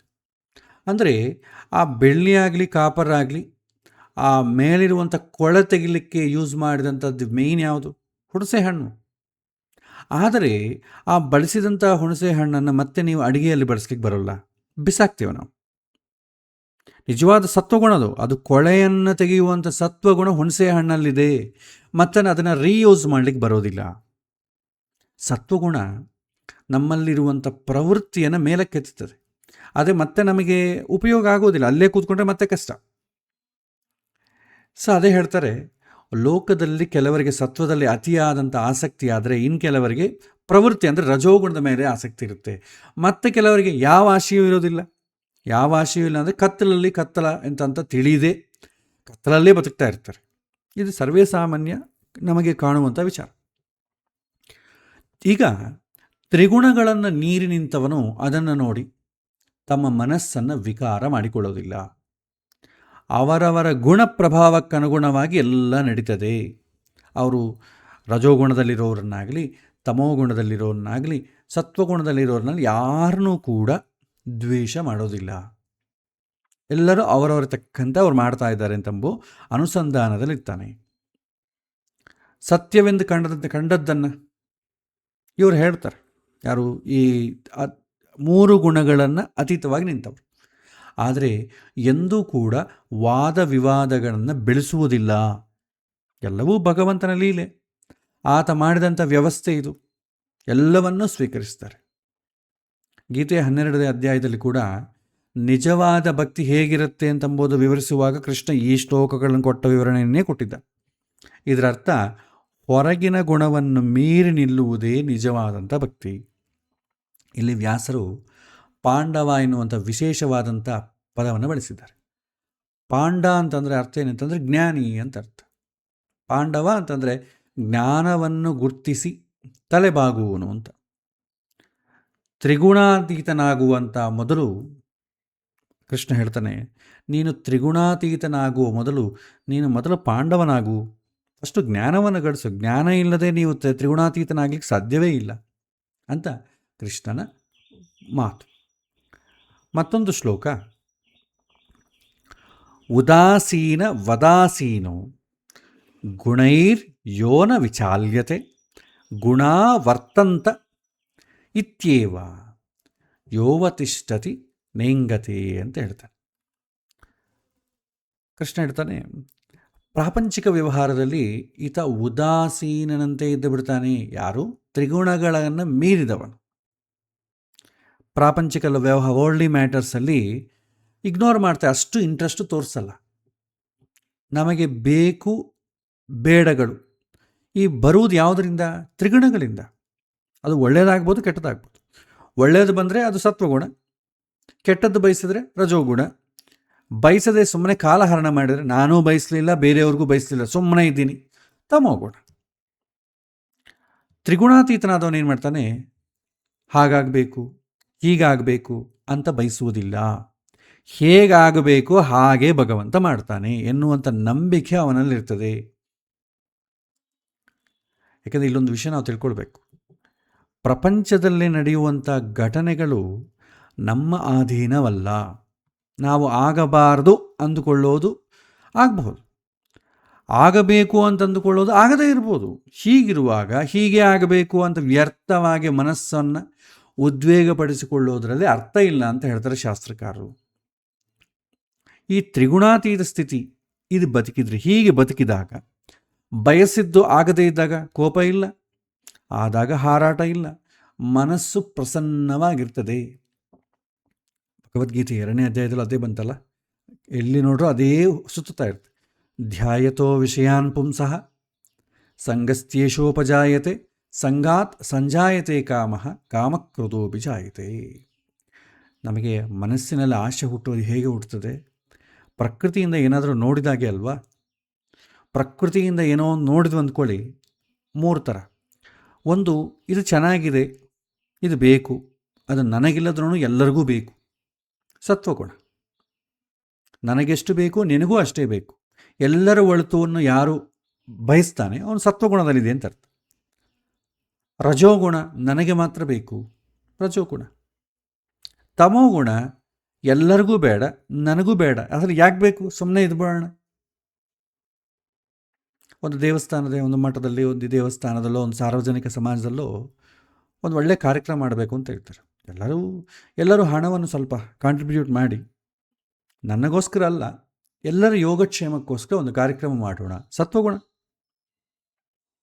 ಅದೇ ಎಲ್ಲರೂ ದುಡ್ಡು ಕೊಡಿ, ನನ್ನ ಯೋಗಕ್ಷೇಮ ನಾನು ನೋಡ್ಕೊಳ್ತೇನೆ. ಎಲ್ಲರೂ ದುಡ್ಡು ಕೊಟ್ಟರೆ ನಾನು ತುಂಬ ಕಷ್ಟದಲ್ಲಿದ್ದೇನೆ, ಹಾಸ್ಪಿಟಲೋ ಎಜುಕೇಷನೋ, ನಾನು ನೋಡ್ಕೋತೀನಿ, ರಜೋಗುಣ. ಎರಡೂ ಬೇಡ, ಸುಮ್ಮನೆ ಇದೆಲ್ಲ ಯಾಕೆ ಕೇಳೋದು, ಸುಮ್ಮನೆ ಇದ್ದು ಬೇಡ. 2 ಕಾರ್ಯಗಳನ್ನು ಮಾಡದೆ ಯಾರಿರ್ತಾನೆ ಅವನು ತಮೋಗುಣ ಅಂತ ಕರೀತೇವೆ. ಅವನ ವರ್ಷನೇ ಬೇರೆ ಥರ ಇರ್ತದೆ. ಸೊ ಹೀಗೆ ಈ ತ್ರಿಗುಣಾತೀತ ಹಾಗಾಗಬೇಕು ಹೀಗಾಗಬೇಕು ಅದು ಬಯಸೋದಿಲ್ಲ. ಯಾವಾಗ ನೀವು ಬಯಸ್ತೀರೋ ಇದು ಹೀಗಾಗಬೇಕು ಹೀಗಾಗಬಾರ್ದು ಅಂತ ಯಾವಾಗ ನಾವು ಮನಸ್ಸಲ್ಲಿ ಫಿಕ್ಸ್ ಆಗ್ತೀವೋ, ಅದು ಆ ರೀತಿ ಆಗದೇ ಇದ್ರೆ ಏನಾಗುತ್ತೆ? ಡಿಸಪಾಯಿಂಟ್ಮೆಂಟ್ ಶುರುವಾಗುತ್ತೆ. ನಮ್ಮ ದಿನದಲ್ಲಿ ನಡೆಯೋದಲ್ಲ ಅದೇ ಅಲ್ವಾ? ಪ್ರತಿಯೊಬ್ಬ ಮನುಷ್ಯನಿಗೆ ನನಗೆ ಮನಸ್ಸಲ್ಲಿ ನೋವಾಗ್ತಾ ಇದೆ, ನನಗೆ ಟೆನ್ಷನ್ ಆಗ್ತಾ ಇದೆ, ನನಗೆ ಈ ಜೀವನ ಬೇಡ ಅನಿಸ್ತಾ ಇದೆ. ಯಾಕೆ ಹಿಂಗಾಗ್ತದೆ? ಯಾಕೆ ಬರ್ತಿದ್ದಲ್ಲ? ಬಯಸಿದ್ದು ಅವನ ವರ್ಷನ್ ಆಗದೇ ಇದ್ದಾಗ. ಪ್ರತಿಯೊಬ್ಬರ ಆಲೋಚನೆಗಳು, ಬಯಕೆಗಳು ಸ್ಟ್ಯಾಂಡರ್ಡ್ ಆಗಿರಲ್ಲ. ಅದಕ್ಕೆ ದೊಡ್ಡ ಪಂಚಾಂಗ ಅಂತೂ ಏನೂ ಇಲ್ಲ. ಒಂದೇ ಉದಾಹರಣೆಗೆ ನೋಡೋಣ. ಸಣ್ಣ ಹುಡುಗ ಚೆನ್ನಾಗಿ ಓದ್ಕೊಂಡಿರ್ತಾನೆ, ತಂದೆ ತಾಯಿ ಶಾಲೆಗೆ ಸೇರಿಸ್ತಾರೆ. ಶಾಲೆಗೆ ಸೇರಿಸೋ ಕಾಲಕ್ಕೆ ಅವನಿಗೆ ಓದಬೇಕು ಅಂತ ಏನಿರಲ್ಲ, ತಮೋಗುಣ. ಯಾಕಂದರೆ ಅವನಿಗೆ ಆಟ ಆಡಬೇಕು ಅಂತ ಇರುತ್ತೆ. ಅವನನ್ನು ಕರ್ಕೊಂಡು ಬಂದು 4 ಗೋಡೆಯಲ್ಲಿ ಕಟ್ಟಿ ಹಾಕಿ ಕೊಡ್ತೇವೆ. ಟೀಚರು ಹಂಗೆ ಓದಬೇಕು, ಹಿಂಗೆ ಓದಬೇಕು, ಇದನ್ನು ಹಿಂಗೆ ಮಾಡಬೇಕು, ಹಿಂಗೆ ಮಾಡ್ರೆ ಮಾರ್ಕ್ಸ್ ಬರುತ್ತೆ, ಇದೆಲ್ಲ ಕೌನ್ಸಿಲಿಂಗ್ ಎಲ್ಲ ಇರುತ್ತೆ. ಅವನು ಚೆನ್ನಾಗಿ ಓದ್ತಾನೆ. ಚೆನ್ನಾಗಿ ಓದೋದ್ರಲ್ಲಿ ಅವನಿಗೊಂದು ರೂಪಿಸ್ಕೊಳ್ತಾನೆ ಮನಸ್ಸಿನಲ್ಲಿ. ನಾನು ಫಸ್ಟ್ ಬರಬೇಕು, ನಾನು ಇದಕ್ಕನ ಫಸ್ಟ್ ಬರಬೇಕು, ಆಮೇಲೆ ನಾನು ಇಂಥ ಕೋರ್ಸ್ ಮಾಡಬೇಕು, ನನ್ನ ಇಷ್ಟವಾದ ಕೋರ್ಸ್ ಇದು. ಪ್ರತಿಯೊಬ್ಬ ತಂದೆ ತಾಯಿ ಕೇಳ್ತಾರೆ, ನಿನಗೆ ಇಷ್ಟವಾದ ಕೋರ್ಸನ್ನು ಮಾಡಪ್ಪ. ಆದರೆ ಒಂದು ಪ್ರಾಬ್ಲಮ್ ಏನಂತಂದರೆ, ಇಷ್ಟವಾದ ಕೋರ್ಸು ನಿಮಗೆ ರಿಯಾಲಿಟಿಯಲ್ಲಿ, ಯಾಕೆಂದರೆ ಓದೋದು ಯಾಕೆ? ಉದ್ಯೋಗ ಯಾಕೆ? ಹಣಕ್ಕೆ. ಅಲ್ಟಿಮೇಟ್ಲಿ ಹಣ ಸಂಪಾದನೆ ಮಾಡಲಿಕ್ಕೆ ಓದು. ಆ ಹಣ ಸಂಪಾದನೆ ಮಾಡಲಿಕ್ಕೆ ಓದು ಅಂತಂದಾಗ ಹಣ ಯಾವುದರಲ್ಲಿ ಜಾಸ್ತಿ ಸಂಪಾದನೆ ಆಗತ್ತೆ ಅಂತಂಬೋ ಉದ್ಯೋಗವನ್ನು ನೋಡಿಕೊಂಡು ನೀವು ಆಯ್ಕೆ ಮಾಡ್ಕೋಬೇಕು. ಅಲ್ಲಿ ನನ್ನ ಮಗನ ನನಗೆ ಫೇವ್ರೇಟ್ ಸಬ್ಜೆಕ್ಟು, ನನಗಿಷ್ಟ ಇದು ಅಂತಂದಾಗ ಇಷ್ಟ ಇರುವಂಥ ಸಬ್ಜೆಕ್ಟು ನಿಮಗೆ ಮುಂದೆ ಉದ್ಯೋಗ ಕೊಡದೇ ಇರ್ಬೋದು. ಇಂಜಿನಿಯರಿಂಗಲ್ಲಿ ನೋಡಿ, ಮೆಕ್ಯಾನಿಕಲ್ ಇಂಜಿನಿಯರಿಂಗ್ ಇದೆ, ಎಲೆಕ್ಟ್ರಿಕಲ್ ಇಂಜಿನಿಯರಿಂಗ್, ಎಲ್ಲ ಇಂಜಿನಿಯರಿಂಗ್, ಸೋ ಮೆನಿ ಬ್ರಾಂಚಸ್. ಎಲ್ಲರೂ ಸೇರೋದೆಲ್ಲಿಗೆ? ಎಲ್ಲರೂ ಕೊನೆಗೆ ಸಾಫ್ಟ್ವೇರೇ, ಅವರೇ ಬರೋದು ಕರ್ಕೊಂಡು ಹೋಗಲಿಕ್ಕೆ. ತುಂಬ ಕಡಿಮೆ ಸ್ಪೆಷಲೈಸೇಷನ್ ಏನು ಕೋರ್ಸ್ ಮಾಡಿದ್ದಾರೆ ಅದನ್ನೇ ಮಾಡುವಂಥವ್ರು ತುಂಬ ಕಡಿಮೆ. ಆದರೆ ಆಯ್ಕೆ ಮಾಡೋ ಕಾಲಕ್ಕೆ ನನಗೆ ಈ ಕೋರ್ಸೇ ನನಗಿಷ್ಟ, ನನಗೆ ಫೇವ್ರೇಟ್ ಸಬ್ಜೆಕ್ಟು, ನಾನು ಸಿವಿಲೇ ಮಾಡ್ತೀನಿ, ನಾನು ಇಂಜಿನಿಯರಿಂಗ್ ಮೆಕ್ಯಾನಿಕಲೇ ಮಾಡ್ತೀನಿ. ಕೊನೆಗೆ ಮಾಡೋದು ಉದ್ಯೋಗ ಮಾತ್ರ ಒಂದೇ, ಸಾಫ್ಟ್ವೇರ್ ಇಂಜಿನಿಯರಿಂಗ್ ಉದ್ಯೋಗ ಮಾಡ್ತಾರೆ ಮೆಜಾರಿಟಿ. ನಾನು ಎಲ್ಲರನ್ನೂ ಹೇಳ್ತಾ ಇಲ್ಲ, ಮೆಜಾರಿಟಿ. ಅಂದರೆ ನಾನು ಬಯಸಿದ್ದು ನನಗೆ ಹ್ಯಾಪಿ ಕೊಡ್ತೆ ಅಂತ ಗ್ಯಾರಂಟಿ ಇಲ್ಲ. ಉದ್ಯೋಗ ಮಾಡ್ತೇನೆ, ನನಗೆ ಈ ಉದ್ಯೋಗ ಏನನ್ನ ಸರಿ, ಇನ್ಫೋಸಿಸಲ್ಲೋ ಅಥವಾ ಗೂಗಲ್ನಲ್ಲೋ ಫೇಸ್ಬುಕ್ಕಲ್ಲೋ ಉದ್ಯೋಗ ಹೊಡಿಬೇಕು. ಉದ್ಯೋಗವನ್ನು ಹೊಡೆದ, ಬಂತು, ಸಂತೋಷ ಆಯಿತಾ? ಕಂಟೆಂಟ್ಮೆಂಟ್ ತೃಪ್ತಿ ಆಯಿತಾ? ಇಲ್ಲ. ಯಾಕೆಂತಂದರೆ ಉದ್ಯೋಗ ಬರೋದಕ್ಕಿಂತಲೂ ಮುಂಚಿತವಾಗಿ ಅವನು ಏನದನ್ನು ನಿರ್ಮಾಣ ಮಾಡಿಕೊಂಡು ದೃಷ್ಟಿಯಲ್ಲಿರ್ತಾನೆ, ಉದ್ಯೋಗ ಬಂದ ಮೇಲೆ ಬದಲಾಗ್ತದೆ. ಅವಾಗ ಮತ್ತೆ ಏನೋ ಬೇರೆ ಬಯಸ್ತಾನೆ.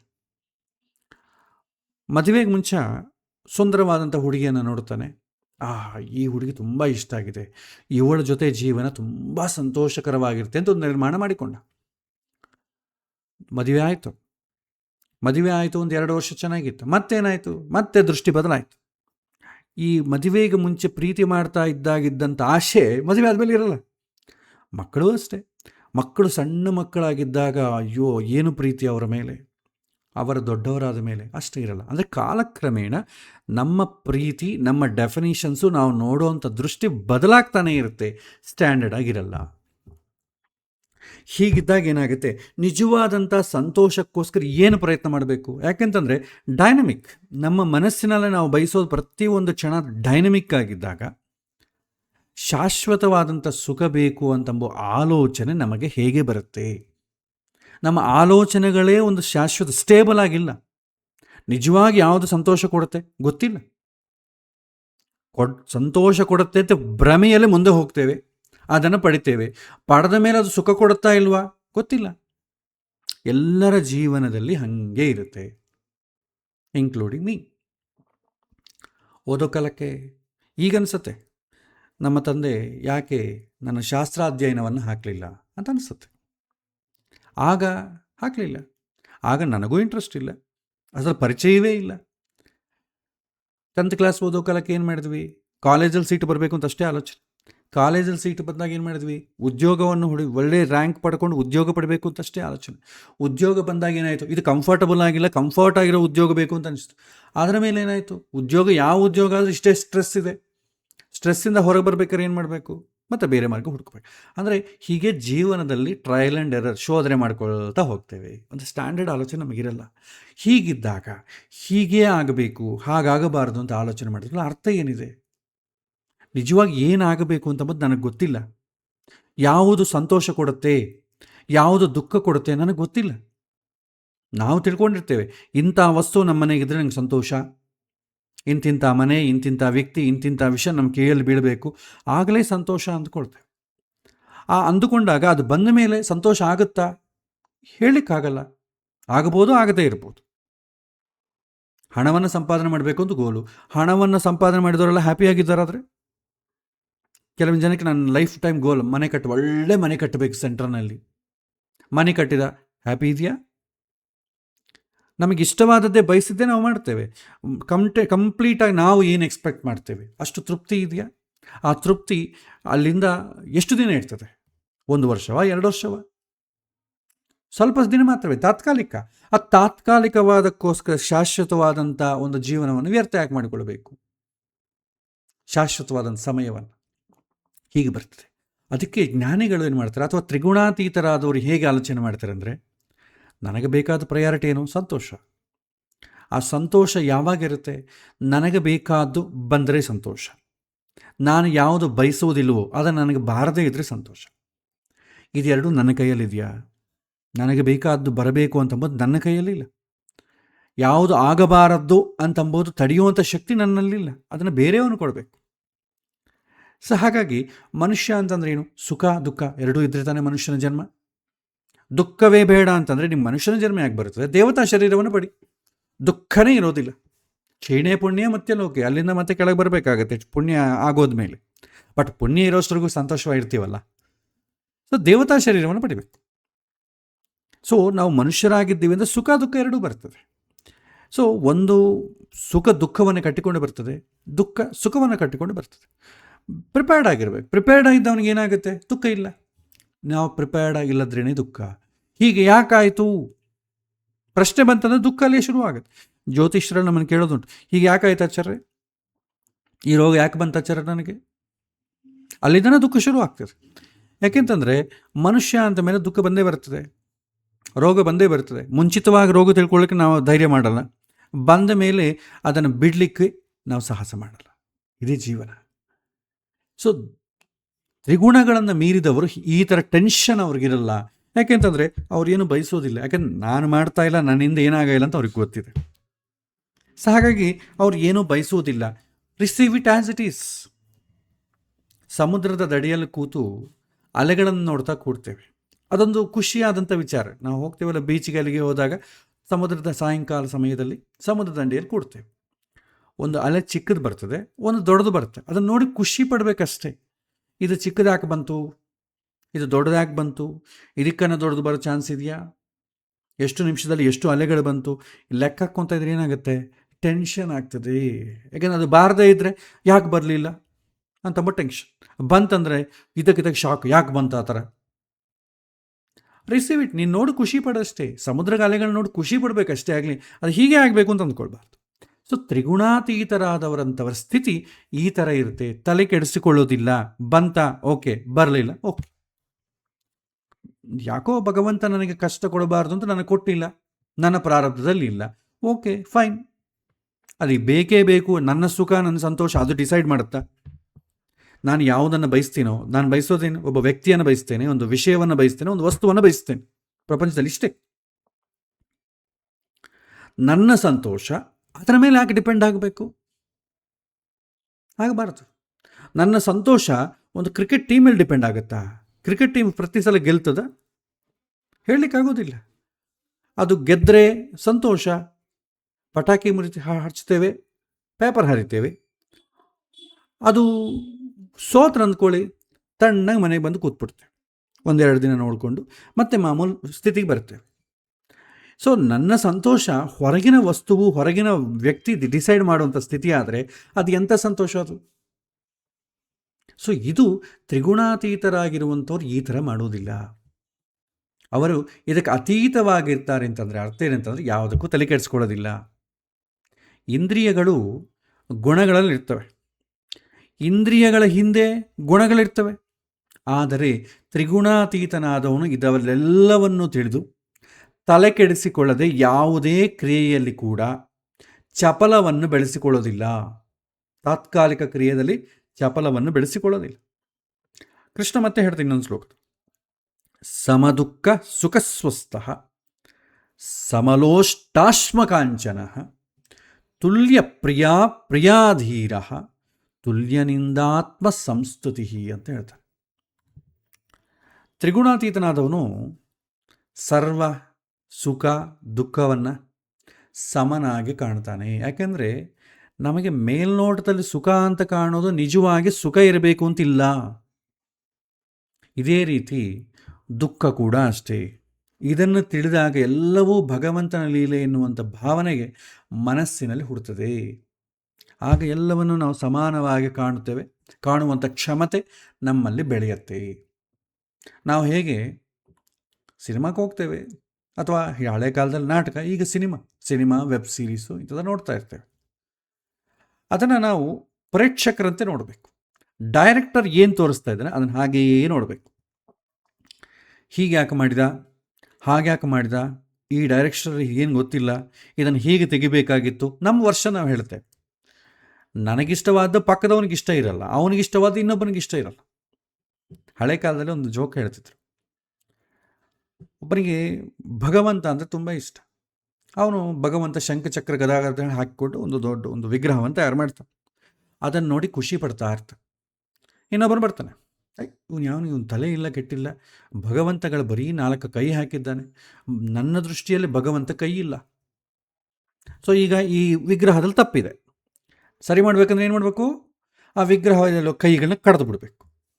ಕೈಗಳನ್ನ ಕಡ್ದು ಬಿಡ್ತಾನೆ, ಖುಷಿ ಪಡ್ತಾ ಇರ್ತಾನೆ ನೋಡಿ. ಮತ್ತು ಇನ್ನೊಬ್ಬ ಅವನು ಬರ್ತಾನೆ, ಮೊದಲು ನಾವು ಇದೇನಿದು ಭಗವಂತನ ಕೈ ಕಡ್ಬಿಡ್ತಿದ್ದಾನೆ, ಅವನಿಗೆ ಮನಸ್ಸು ಡಿಸ್ಟರ್ಬ್ ಆಯಿತು, ಇವನ ಮೇಲೆ ಯುದ್ಧಕ್ಕೆ ಶುರು ಆಗ್ತದೆ. ಸೊ ಪ್ರಕೃತಿಯಲ್ಲಿ ಒಬ್ಬನಿಗೆ ಇಷ್ಟವಾದದ್ದು ಇನ್ನೊಬ್ಬರಿಗೆ ಇಷ್ಟ ಆಗಬೇಕು ಅಂತಿಲ್ಲ, ಒಬ್ಬೊಬ್ಬರು ಒಂದೊಂದು ರೀತಿಯಲ್ಲಿ ಇರ್ತಾರೆ. ಹಾಗಾಗಿ ನಾಟಕದಲ್ಲಿ ನಡೆಯುವ ದೃಶ್ಯವನ್ನು ಪ್ರೇಕ್ಷಕರಂತೆ ಕಾಣಬೇಕು. ಹಾಗೆ ಪ್ರಪಂಚದಲ್ಲಿ ನಡೆಯುವಂಥ ಘಟನೆಗಳನ್ನು ಪ್ರೇಕ್ಷಕರಂತೆ ಕಾಣುವ ಅಭ್ಯಾಸ ಮಾಡಿಕೊಳ್ಳಬೇಕು. ಪ್ರತಿಯೊಂದಕ್ಕೂ ಒಂದೊಂದು ಸೂಚನೆ ಇರ್ತದೆ. ಅದನ್ನು ಹಾಗೆ ಕಾಣಿದ್ರೆ ಏನಾಗುತ್ತೆ, ತಲೆ ಬಿಸಿ ಆಗೋದಿಲ್ಲ, ಇಲ್ಲದ್ರೆ ತಲೆ ಬಿಸಿ ಆಗುತ್ತೆ. ಹಿಂದೂ ಧರ್ಮದ ಮೇಲೆ ಅಟ್ಯಾಕ್ ಆಗುತ್ತೆ. ಹಿಂದೂ ಮತದಲ್ಲಿರುವಂಥ ನಮ್ಮ ಡಿಫ್ರೆಂಟ್ ಸೆಕ್ಟ್ಸ್ ಏನಿರ್ತೇವೆ ಅದರಲ್ಲಿ ಅಟ್ಯಾಕ್ ಆಗ್ತದೆ. ಅಟ್ಯಾಕ್ ಆದಾಗ ಏನಾಗುತ್ತೆ, ಇಮಿಡಿಯೇಟ್ಲಿ ರಜೋಗುಣ ನಮ್ಮಲ್ಲಿ ಬೆಳೀತದೆ. ರಜೋಗುಣ ಬೆಳೆದ್ರೆ ಏನಾಗ್ತದೆ, ಕೋಪವನ್ನು ಸಾಧಿಸ್ತೇವೆ, ಕೋಪಕ್ಕೆ ಒಳಗಾಗ್ತದೆ. ಅವನು ಯಾವ ಮಟ್ಟದಲ್ಲಿರ್ತಾನೋ ನಾವು ಆ ಮಟ್ಟಕ್ಕೆ ಇಳಿಬೇಕಾಗತ್ತೆ. ಯಾಕೆಂದರೆ ಪ್ರತಿಯೊಂದು ಭಗವಂತನ ಲೀಲೆ, ಭಗವಂತ ಇದ್ದಂಗೆ ಹೇಳ್ದಂಗೆ ಆಗ್ತದೆ ಅಂತ ಈ ರೀತಿ ಅಂದುಕೊಂಡವನಿಗೆ ಟೆನ್ಷನ್ ಇರಲ್ಲ. ನಮ್ಮ ಧರ್ಮವೇ, ಎಲ್ಲವೂ ನಮ್ಮ ಧರ್ಮವೇ, ಅದನ್ನೆಲ್ಲವನ್ನು ಡೈಲ್ಯೂಟ್ ಮಾಡ್ಕೊಳ್ತಾ ಬರ್ತಾ ಇದ್ದೀವಲ್ಲ. ನಮ್ಮ ಧರ್ಮವನ್ನು ಹೊರಗಿನವನು ಹಾಳು ಮಾಡೋದಕ್ಕಿಂತಲೂ ಜಾಸ್ತಿ ಹಾಳು ಮಾಡಿಕೊಂಡಿದ್ದು ನಾವೇ. ಬೇರೆಯವನು ಹಾಳು ಮಾಡಬಾರ್ದು, ನಾನು ಹಾಳು ಮಾಡಬಹುದು, ಈ ರೀತಿಯಲ್ಲಿ ಬಂದಿದ್ದೇವೆ. ಯಾಕಂದರೆ ಆಚರಣೆ ವಿಚಾರದಲ್ಲಿ, ಭಗವಂತನ ಸಿದ್ಧಾಂತದ ವಿಚಾರದಲ್ಲಿ ಎಲ್ಲರೂ ದ್ರೋಹ ಮಾಡಿದವರೇ. ಆದರೆ ಬೇರೆಯವರು ಯಾರಾದರೂ ದ್ರೋಹ ಮಾಡಿದಾಗ ಬಂದು ನಮಗೆ ಸಿಟ್ಟು ಬರ್ತದೆ. ನಮ್ಮ ಧರ್ಮವನ್ನು ನಾವು ದ್ರೋಹ ಮಾಡ್ಕೋತೇವೆ, ನೀನು ಯಾರು ದ್ರೋಹ ಮಾಡಲಿಕ್ಕೆ, ಅವಾಗ ಸಿಟ್ಟೆದ್ದು ಬಿಡ್ತದೆ. ಇದು ರಜೋಗುಣ ಇನ್ನೂ ಉನ್ಮತ್ತದಿಂದ ಮಾಡುವಂಥ ತಮೋಗುಣ. ನಮ್ಮ ಧರ್ಮವನ್ನು ಅನ್ಪಾಪುಲರ್ ಮಾಡಲಿಕ್ಕೆ ಕಾರಣ ಯಾರು? ಅದನ್ನು ಸರಿಯಾಗಿ ಅರ್ಥ ಮಾಡಿಕೊಳ್ಳದೆ ಆಚರಣೆ ಮಾಡಿದ್ರೆ ನಮ್ಮಿಂದ ಆಗಿರೋದು. ಯಾಕೆಂದರೆ ಸರಿಯಾಗಿ ಏನು ಅಂತ ಗೊತ್ತಿದ್ದು ಆಚರಣೆ ಮಾಡಿದಾಗ ಬೇರೆಯವನದು ಟೀಕೆ ಮಾಡಿದ್ರೆ ನಮಗೆ ನಮ್ಮ ಸಂತೋಷ ನಾವು ಪಡ್ತಾ ಇದ್ದೇವೆ, ಭಗವಂತ ಹೇಳಿದಾಗ ನಾವು ಮಾಡ್ತಾ ಇದ್ದೇವೆ. ಅದಕ್ಕೆ ನೋಡಿ, ಹಿಂದಿನ ಕಾಲದಲ್ಲಿ ಹಿಂದೂ ಧರ್ಮದಲ್ಲಿದ್ದಂಥ, ಹಿಂದೂ ಧರ್ಮ ಅಂತ ಅನ್ನಬಾರ್ದು, ಸನಾತನ ಧರ್ಮದಲ್ಲಿರುವಂಥ ಸೊಬಗು ಏನಂತಂದರೆ, ಅನ್ಯ ಧರ್ಮಗಳನ್ನು ಯಾವುದೂ ಕೂಡ ಟೀಕೆ ಮಾಡೋದಿಲ್ಲ, ದ್ವೇಷ ಮಾಡೋದಿಲ್ಲ. ನಮ್ಮ ಧರ್ಮದಲ್ಲಿದ್ದವರೇ ಇದನ್ನು ಟೀಕೆ ಮಾಡಿದರೂ ಕೂಡ ಅವನನ್ನು ಕ್ಷಮೆ ಮಾಡ್ತದೆ. ನಮ್ಮಲ್ಲಿ ಹೊಡ್ಕೊಳ್ತೇವೆ, ಶಿವನ್ನೇ ಆರಾಧನೆ ಮಾಡಬೇಕು, ವಿಷ್ಣುವನ್ನೇ, ಎಷ್ಟೋ ಪಂಥಗಳಿದೆ, ಆದರೂ ನಾವೇನು ಮಾಡ್ತೇವೆ, ಸೀರಿಯಸ್ ತಗೊಳ್ಳಲ್ಲ. ಬೇರೆ ಮತಗಳಲ್ಲಿ ಹಾಗಿಲ್ಲ, ವಿಪರೀತ ಸೀರಿಯಸ್ ಆಗ್ತದೆ. ಯಾಕಂದರೆ ನಮ್ಮ ಮತದಲ್ಲಿ ನಾವು ಆ ಒಂದು ಸೊಬಗು ಆಗಿದೆ, ಅದನ್ನು ಅರ್ಥ ಮಾಡಿಕೊಂಡು ಕಾನ್ಸೆಪ್ಟ್ ಅಂತ ತಗೊಳ್ತೇವೆ. ಹಿಂದಿನದೆಲ್ಲ ಈಗ ಕೂಡ ನಾವು ಕೂಡ ಬೇರೆ ಆಗಿವಿ ಬಿಡಿ, ನಾವು ಕೂಡ ನಮ್ಮ ಧರ್ಮದಲ್ಲಿ ಯಾರನ್ನ ಒಬ್ಬರು ಟೀಕೆ ಮಾಡಿದ್ರೆ ನಾವು ಅವ್ರ ಥರನೇ ಗಲಾಟೆ ಮಾಡೋದು ನಾವು ಶುರು ಮಾಡಿದ್ದೇವೆ.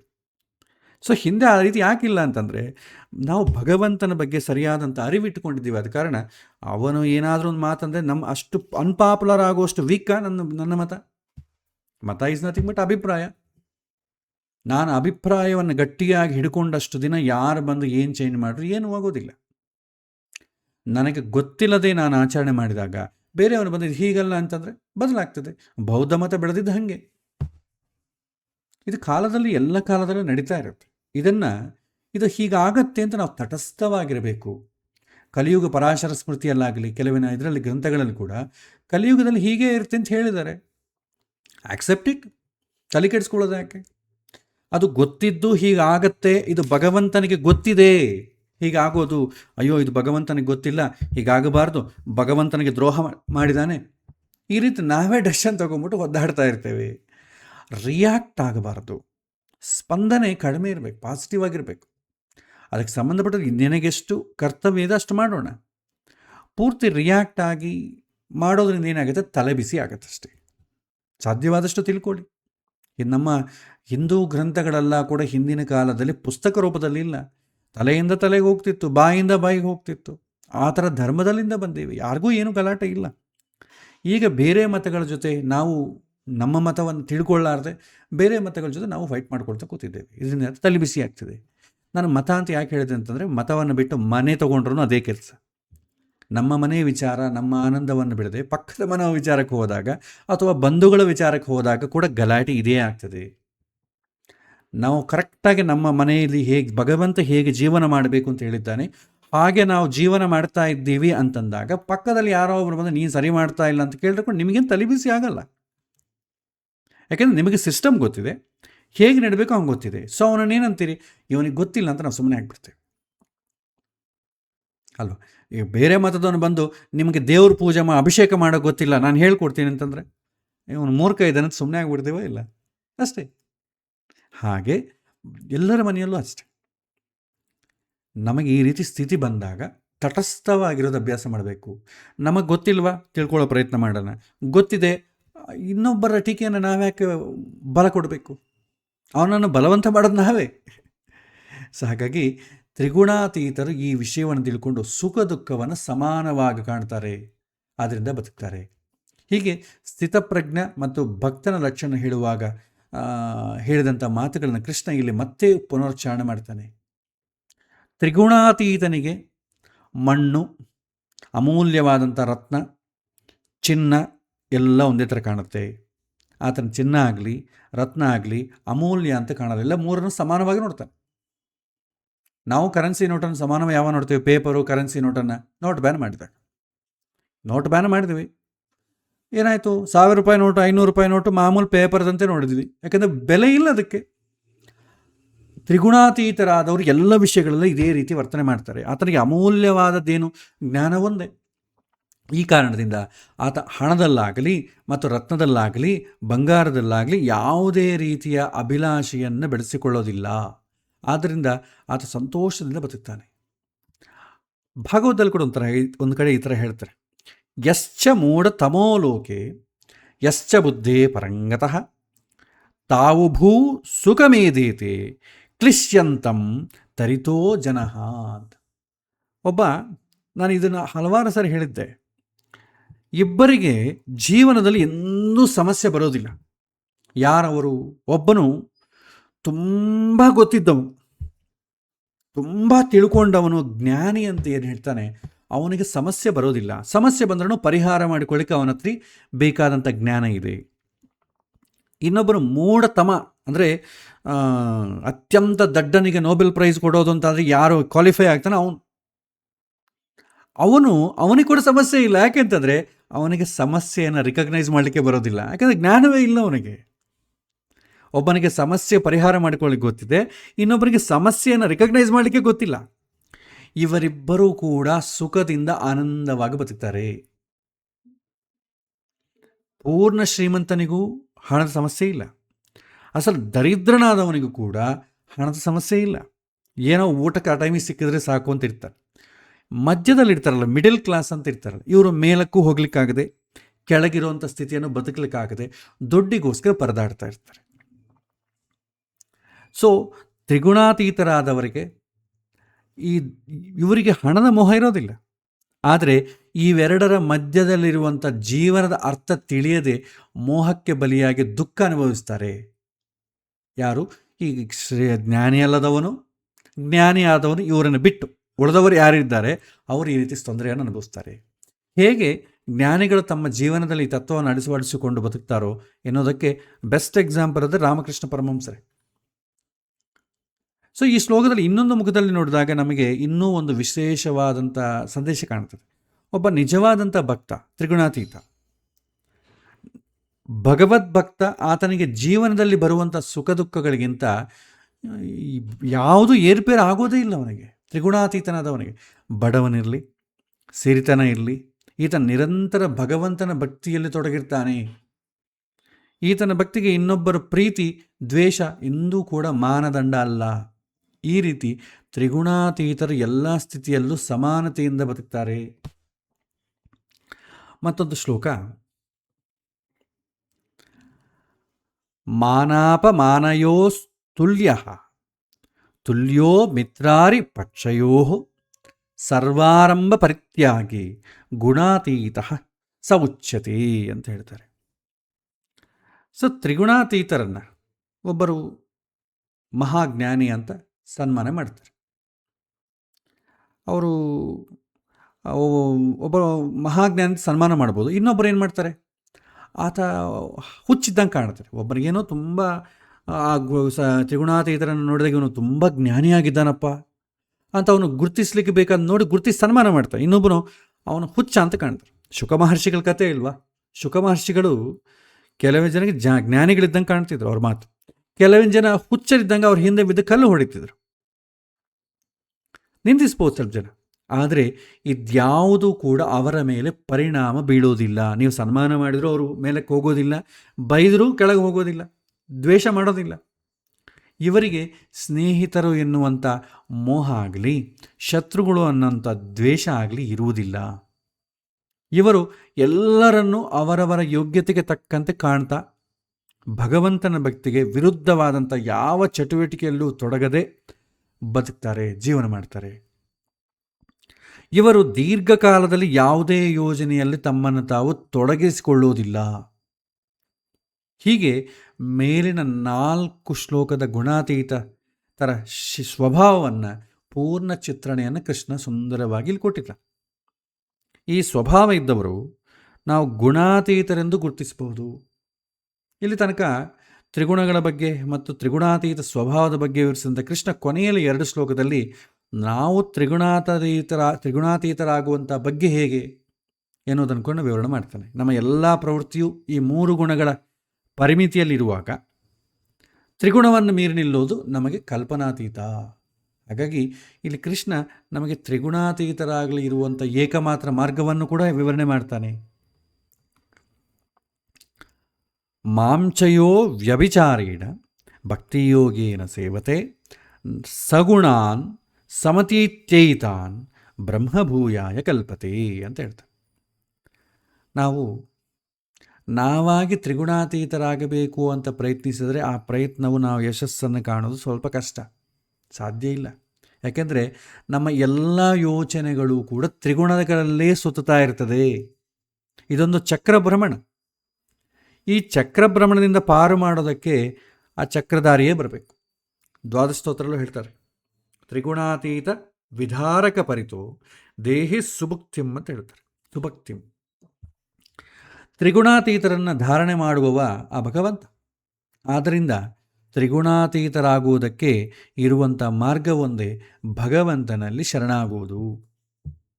ಲಕ್ಷ್ಮೀ ಸಮೇತನಾದಂಥ ಭಗವಂತನಲ್ಲಿ ಏಕನಿಷ್ಠೆಯಿಂದ ಅನನ್ಯ ಭಕ್ತಿ ಮಾಡೋದರಿಂದ ಲಕ್ಷ್ಮಿಯಿಂದ 15 ಬಂಧನದ ಬೇಲಿಯನ್ನು ಧರಿಸಿ ಪ್ರಪಂಚಕ್ಕೆ ಬಂದ ನಾವು ಈ ಎಲ್ಲ ಬಂಧನದಿಂದ ಕಳಚಿಕೊಂಡು ಮರಳಿ ತಾಯಿಯ ಹೋಗಬಹುದು, ಸೇರಬಹುದು ತಂದೆ ತಾಯಿ ಹತ್ರ. 12ನೇ ಅಧ್ಯಾಯದಲ್ಲಿ 15 ಬೇಲಿಗಳೇನು ಅಂತ ನಾವು ತಿಳ್ಕೊಂಡ್ವಿ. ಮನುಷ್ಯನನ್ನು ಕಟ್ಟಿ ಹಾಕುವಂಥ ಬೇಲಿಗಳು ಅದೇನದು ತ್ರಿಗುಣಗಳಿಂದ ಆಗುವಂಥ ಬೇಲಿಗಳೇ. ಆ ಬೇಲಿಗಳನ್ನೇ ನಾವು ತ್ರಿಗುಣಗಳ ಬೇಲಿಗಳು ಅಂತ ಕರಿತೇವೆ. ನನ್ನ ಮಾತು, ನನ್ನ ಐಶ್ವರ್ಯ, ನನ್ನ ಜ್ಞಾನ, ನನ್ನ ಮಂತ್ರ, ನನ್ನ ತಪಸ್ಸು, ನನ್ನ ಆಲೋಚನೆ, ಪಾಂಚಭೌತಿಕ ಶರೀರ, ನನ್ನ ಶಕ್ತಿ, ನನ್ನ ನಂಬಿಕೆ, ಇದೆಲ್ಲ ಕೂಡ ತ್ರಿಗುಣಗಳಿಂದ ಆಗುವಂಥದ್ದು. ತ್ರಿಗುಣಕ್ಕೆ ಒಳಪಟ್ಟದ್ದು ಇದೆಲ್ಲ. ಇದರಿಂದ ಹೊರಗೆ ಬರಬೇಕಾದ್ರೆ 16ನೇ ಬೇಲಿಯಾದಂಥ ಜ್ಞಾನವನ್ನು ಬಳಸಬೇಕು. 16 ಜ್ಞಾನ, 16 ಜೀವ, 17 ಜ್ಞಾನ. ಜ್ಞಾನ ಅಂತಂದರೆ ಲಕ್ಷ್ಮಿ, 18ನೇ ಅವನೇ ಭಗವಂತ. ಈ 15 ಬೇಲಿಗಳು ಅಂತಂದರೆ ತ್ರಿಗುಣಗಳು. ಇದರಿಂದ ಮೀರಬೇಕಂದ್ರೆ ಏನು ಬೇಕು? ಜ್ಞಾನ ಬೇಕು. ನಾನು ಯಾರು ಅಂತ ತಿಳ್ಕೊಳ್ಬೇಕು. ನಾನು ಯಾರು ಅಂತ ಗೊತ್ತಾದರೆ ಆಟೋಮೆಟಿಕಾಗಿ ಈ ತ್ರಿಗುಣಗಳ ಬೇಲಿ ಏನೂ ಮಾಡೋದಿಲ್ಲ. ಅಷ್ಟೇ ಅಲ್ವಾ? ನಾನು ಸಿಂಪಲ್, ಇದನ್ನು ತುಂಬ ಕಾಂಪ್ಲಿಕೇಟ್ ಮಾಡೋದು ಬೇಡ, ಸಿಂಪಲ್ ಹೇಳ್ತೇನೆ. ನೀವು ಸಿನಿಮಾಕ್ಕೆ ಹೋಗಿ ಸಿನಿಮಾ ನೋಡಿ, ಡೈರೆಕ್ಟರ್ ತನಗೆ ತೋಚಿದಂತೆ ಚೆನ್ನಾಗಿ ತೆಗೆದಿದ್ದಾನೆ, ಇದರಲ್ಲಿ ನಮ್ಮ ಕಾಮೆಂಟ್ಸ್ ಏನು ಬೇಡ. ಅತಿಯಾಗಿ ದ್ವೇಷ ಮಾಡೋದಾಗಲಿ, ಅತಿಯಾಗಿ ಹಚ್ಚಿಕೊಳ್ಳೋದಾಗಲಿ, ಅತಿಯಾದಂಥ ಸ್ಪಂದನೆಗಳು, ರಿವ್ಯೂಗಳು, ಇದೆಲ್ಲ ಯಾವುದು ಬೇಡ. ಆ ಸ್ಥಿತಿಯನ್ನು ನೀವು ಮುಟ್ಟಿದ್ರೆ ತ್ರಿಗುಣಾತೀತ ಸ್ಥಿತಿ ಮುಟ್ಟಿದಂಗೆ. ಇದು ಒಂದು ಎಕ್ಸಾಂಪಲ್ ನಾನು ಹೇಳಿದೆ. ಇದು ನಾನು ಸಿನಿಮಾದ ಬಗ್ಗೆ ಹೇಳಿದೆ. ನಿತ್ಯ ಜೀವನದಲ್ಲಿ ಪ್ರತಿಯೊಂದು ಸಿನಿಮಾನೇ, ಅದರಲ್ಲಿ ನಾವು ಪಾತ್ರಧಾರಿಗಳೇ. ನಿತ್ಯ ಜೀವನದಲ್ಲಿ ನಡೆಯುವಂಥ ಲೈವ್ ಸಿನಿಮಾ ಅಥವಾ ರಿಯಾಲಿಟಿ ಶೋ ಅಲ್ಲಿ ನೀವು ಒಂದು ಪಾತ್ರವನ್ನು ಧರಿಸ್ತಿರ್ತೀರಿ. ನೀವು ಉಳಿದ ಪಾತ್ರಗಳನ್ನು ಈ ರೀತಿ ನೋಡುವುದಾದರೆ ತ್ರಿಗುಣಾತೀತ ಸ್ಥಿತಿ. ಪ್ರತಿಯೊಂದು ಪ್ರಕೃತಿಯಲ್ಲಿ ನೋಡಿದಾಗ ನಮ್ಮಲ್ಲಿ ವಿಕಾರಗಳಾಗ್ತದೆ. ಆ ವಿಕಾರಗಳಾಗದೇ ಇರಬೇಕು. ಅತಿಯಾದಂಥ ಮೋಹ ಸ್ಪಂದನೆಗಳು ಇರದೇ ಇದ್ದರೆ ಅದೇ ತ್ರಿಗುಣಾತೀತ ಸ್ಥಿತಿ. ಅದನ್ನೇ ನಾವು ಸತ್ವ ರಜಸ್ ತಮೋಗಳಿಗೆ ಮೀರಿ ನಿಲ್ಲುವುದು ಅಂತ ಕಾಣ್ತೇವೆ. ಅದ್ಯಾವುದೋ ನಿಮ್ಮ ಮನಸ್ಸನ್ನು ಪ್ರಭಾವಿತ ಮಾಡಬಾರದು. ಆ ಸ್ಥಿತಿಯನ್ನು ಸೇರೋದು. ಅದನ್ನು ಸೇರಬೇಕಾದ್ರೆ ತ್ರಿಗುಣಾತೀತನಾದಂಥ ಭಗವಂತನನ್ನು ಪ್ರಾರ್ಥಿಸಬೇಕು ಅಂತಂಬುದು ಈ ಶ್ಲೋಕದ ಅರ್ಥ. ಮತ್ತೊಂದು ಶ್ಲೋಕ, ಬ್ರಹ್ಮಣೋ ಹಿ ಪ್ರತಿಷ್ಠಾಹಂ ಅಮೃತಸ್ಯ ವ್ಯಸ್ಯಸ್ಯ ಚ ಶಾಶ್ವತಸ್ಯ ಚ ಧರ್ಮಸ್ಯ ಸುಖಸ್ಯೈ ಶಾಂತಿಕಸ್ಯ ಚ ಅಂತ ಹೇಳ್ತಾರೆ. ಮೂರು ಗುಣಗಳನ್ನು ಮೀರಿ ನಿಂತಾಗ ಜೀವದ ಸಹಜ ಶಾಶ್ವತ ಧರ್ಮ ಅಭಿವ್ಯಕ್ತವಾಗ್ತದೆ. ಅದೇನು ಮನುಷ್ಯನ ಸ್ವಭಾವ ಅಂತ ಏನು ಹೇಳ್ತೇವೆ, ಆತ್ಮದ ಸ್ವಭಾವ ಅಭಿವ್ಯಕ್ತ ಆಗ್ತದೆ. ನಿನ್ನ ಸ್ವಭಾವ ಏನಂತ ಗೊತ್ತಾಗ್ತದೆ. ಭಾಳ ಜನ ಹೇಳ್ತಾರಲ್ಲ, ಸ್ವಭಾವ ಅಂದರೆ ಏನು ರೀ, ಬ್ರಾಹ್ಮಣ ಕ್ಷತ್ರಿಯ ವೈಶ್ಯ ಶೂದ್ರ ನಂದು ಯಾವ ಸ್ವಭಾವ ರೀ ಅಂತ ಕೇಳ್ತಾರಲ್ಲ. ಅದು ಗೊತ್ತಾಗಬೇಕಾದ್ರೆ ಏನು ಮಾಡಬೇಕು, ಈ ತ್ರಿಗುಣಗಳ ಪರದೆಯಿಂದ ಹೊರಗೆ ಬರಬೇಕು. ಅಷ್ಟುವರೆಗೂ ಇದು ನಮಗೆ ಯಾವ ಸ್ವಭಾವ ಅಂತ ಗೊತ್ತಾಗೋದೇ ಇಲ್ಲ. ಯಾಕೆಂದರೆ ನಿಮಗೆ ಏನು ಗೊತ್ತಾದರೂ ಕೂಡ ತ್ರಿಗುಣಗಳ ಒಳಗೆ ಪ್ರಭಾವವನ್ನೇ ನೀವು ಸ್ವಭಾವ ಅಂತ ತಿಳ್ಕೊಳ್ಳುವಂಥ ಸಂಭಾವನೆ ಉಂಟು.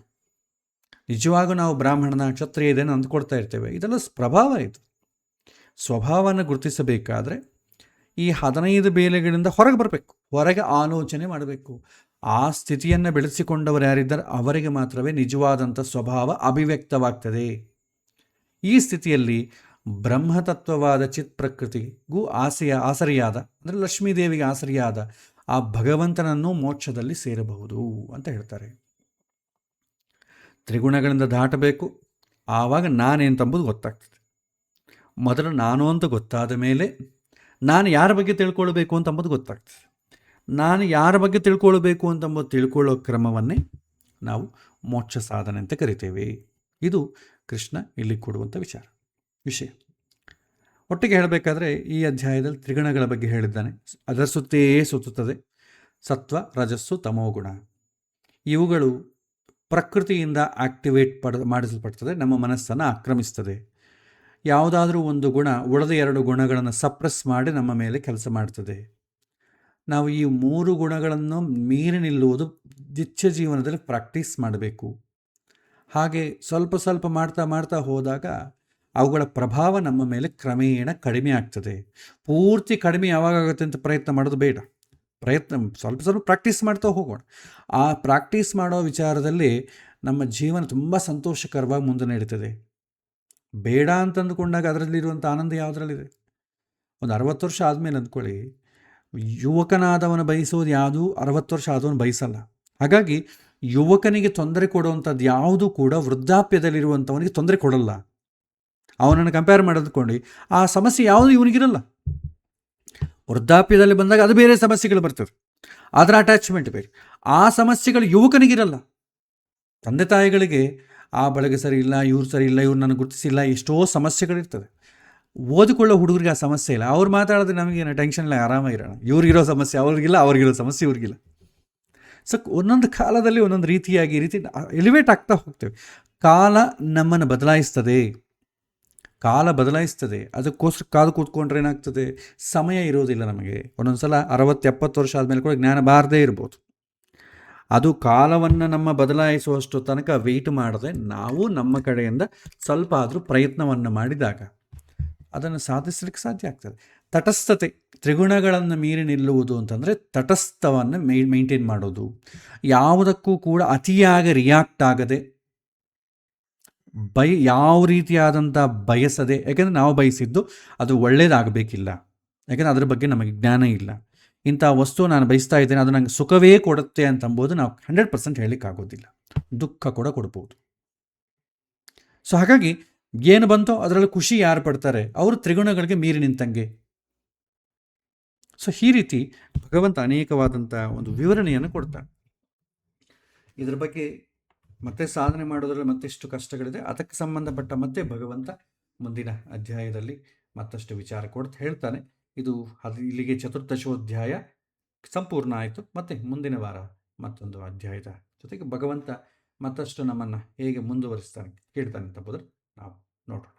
ಸೊ ಇಲ್ಲಿಗೆ ಶ್ರೀಕೃಷ್ಣ ಅರ್ಪಣಮಸ್ತು.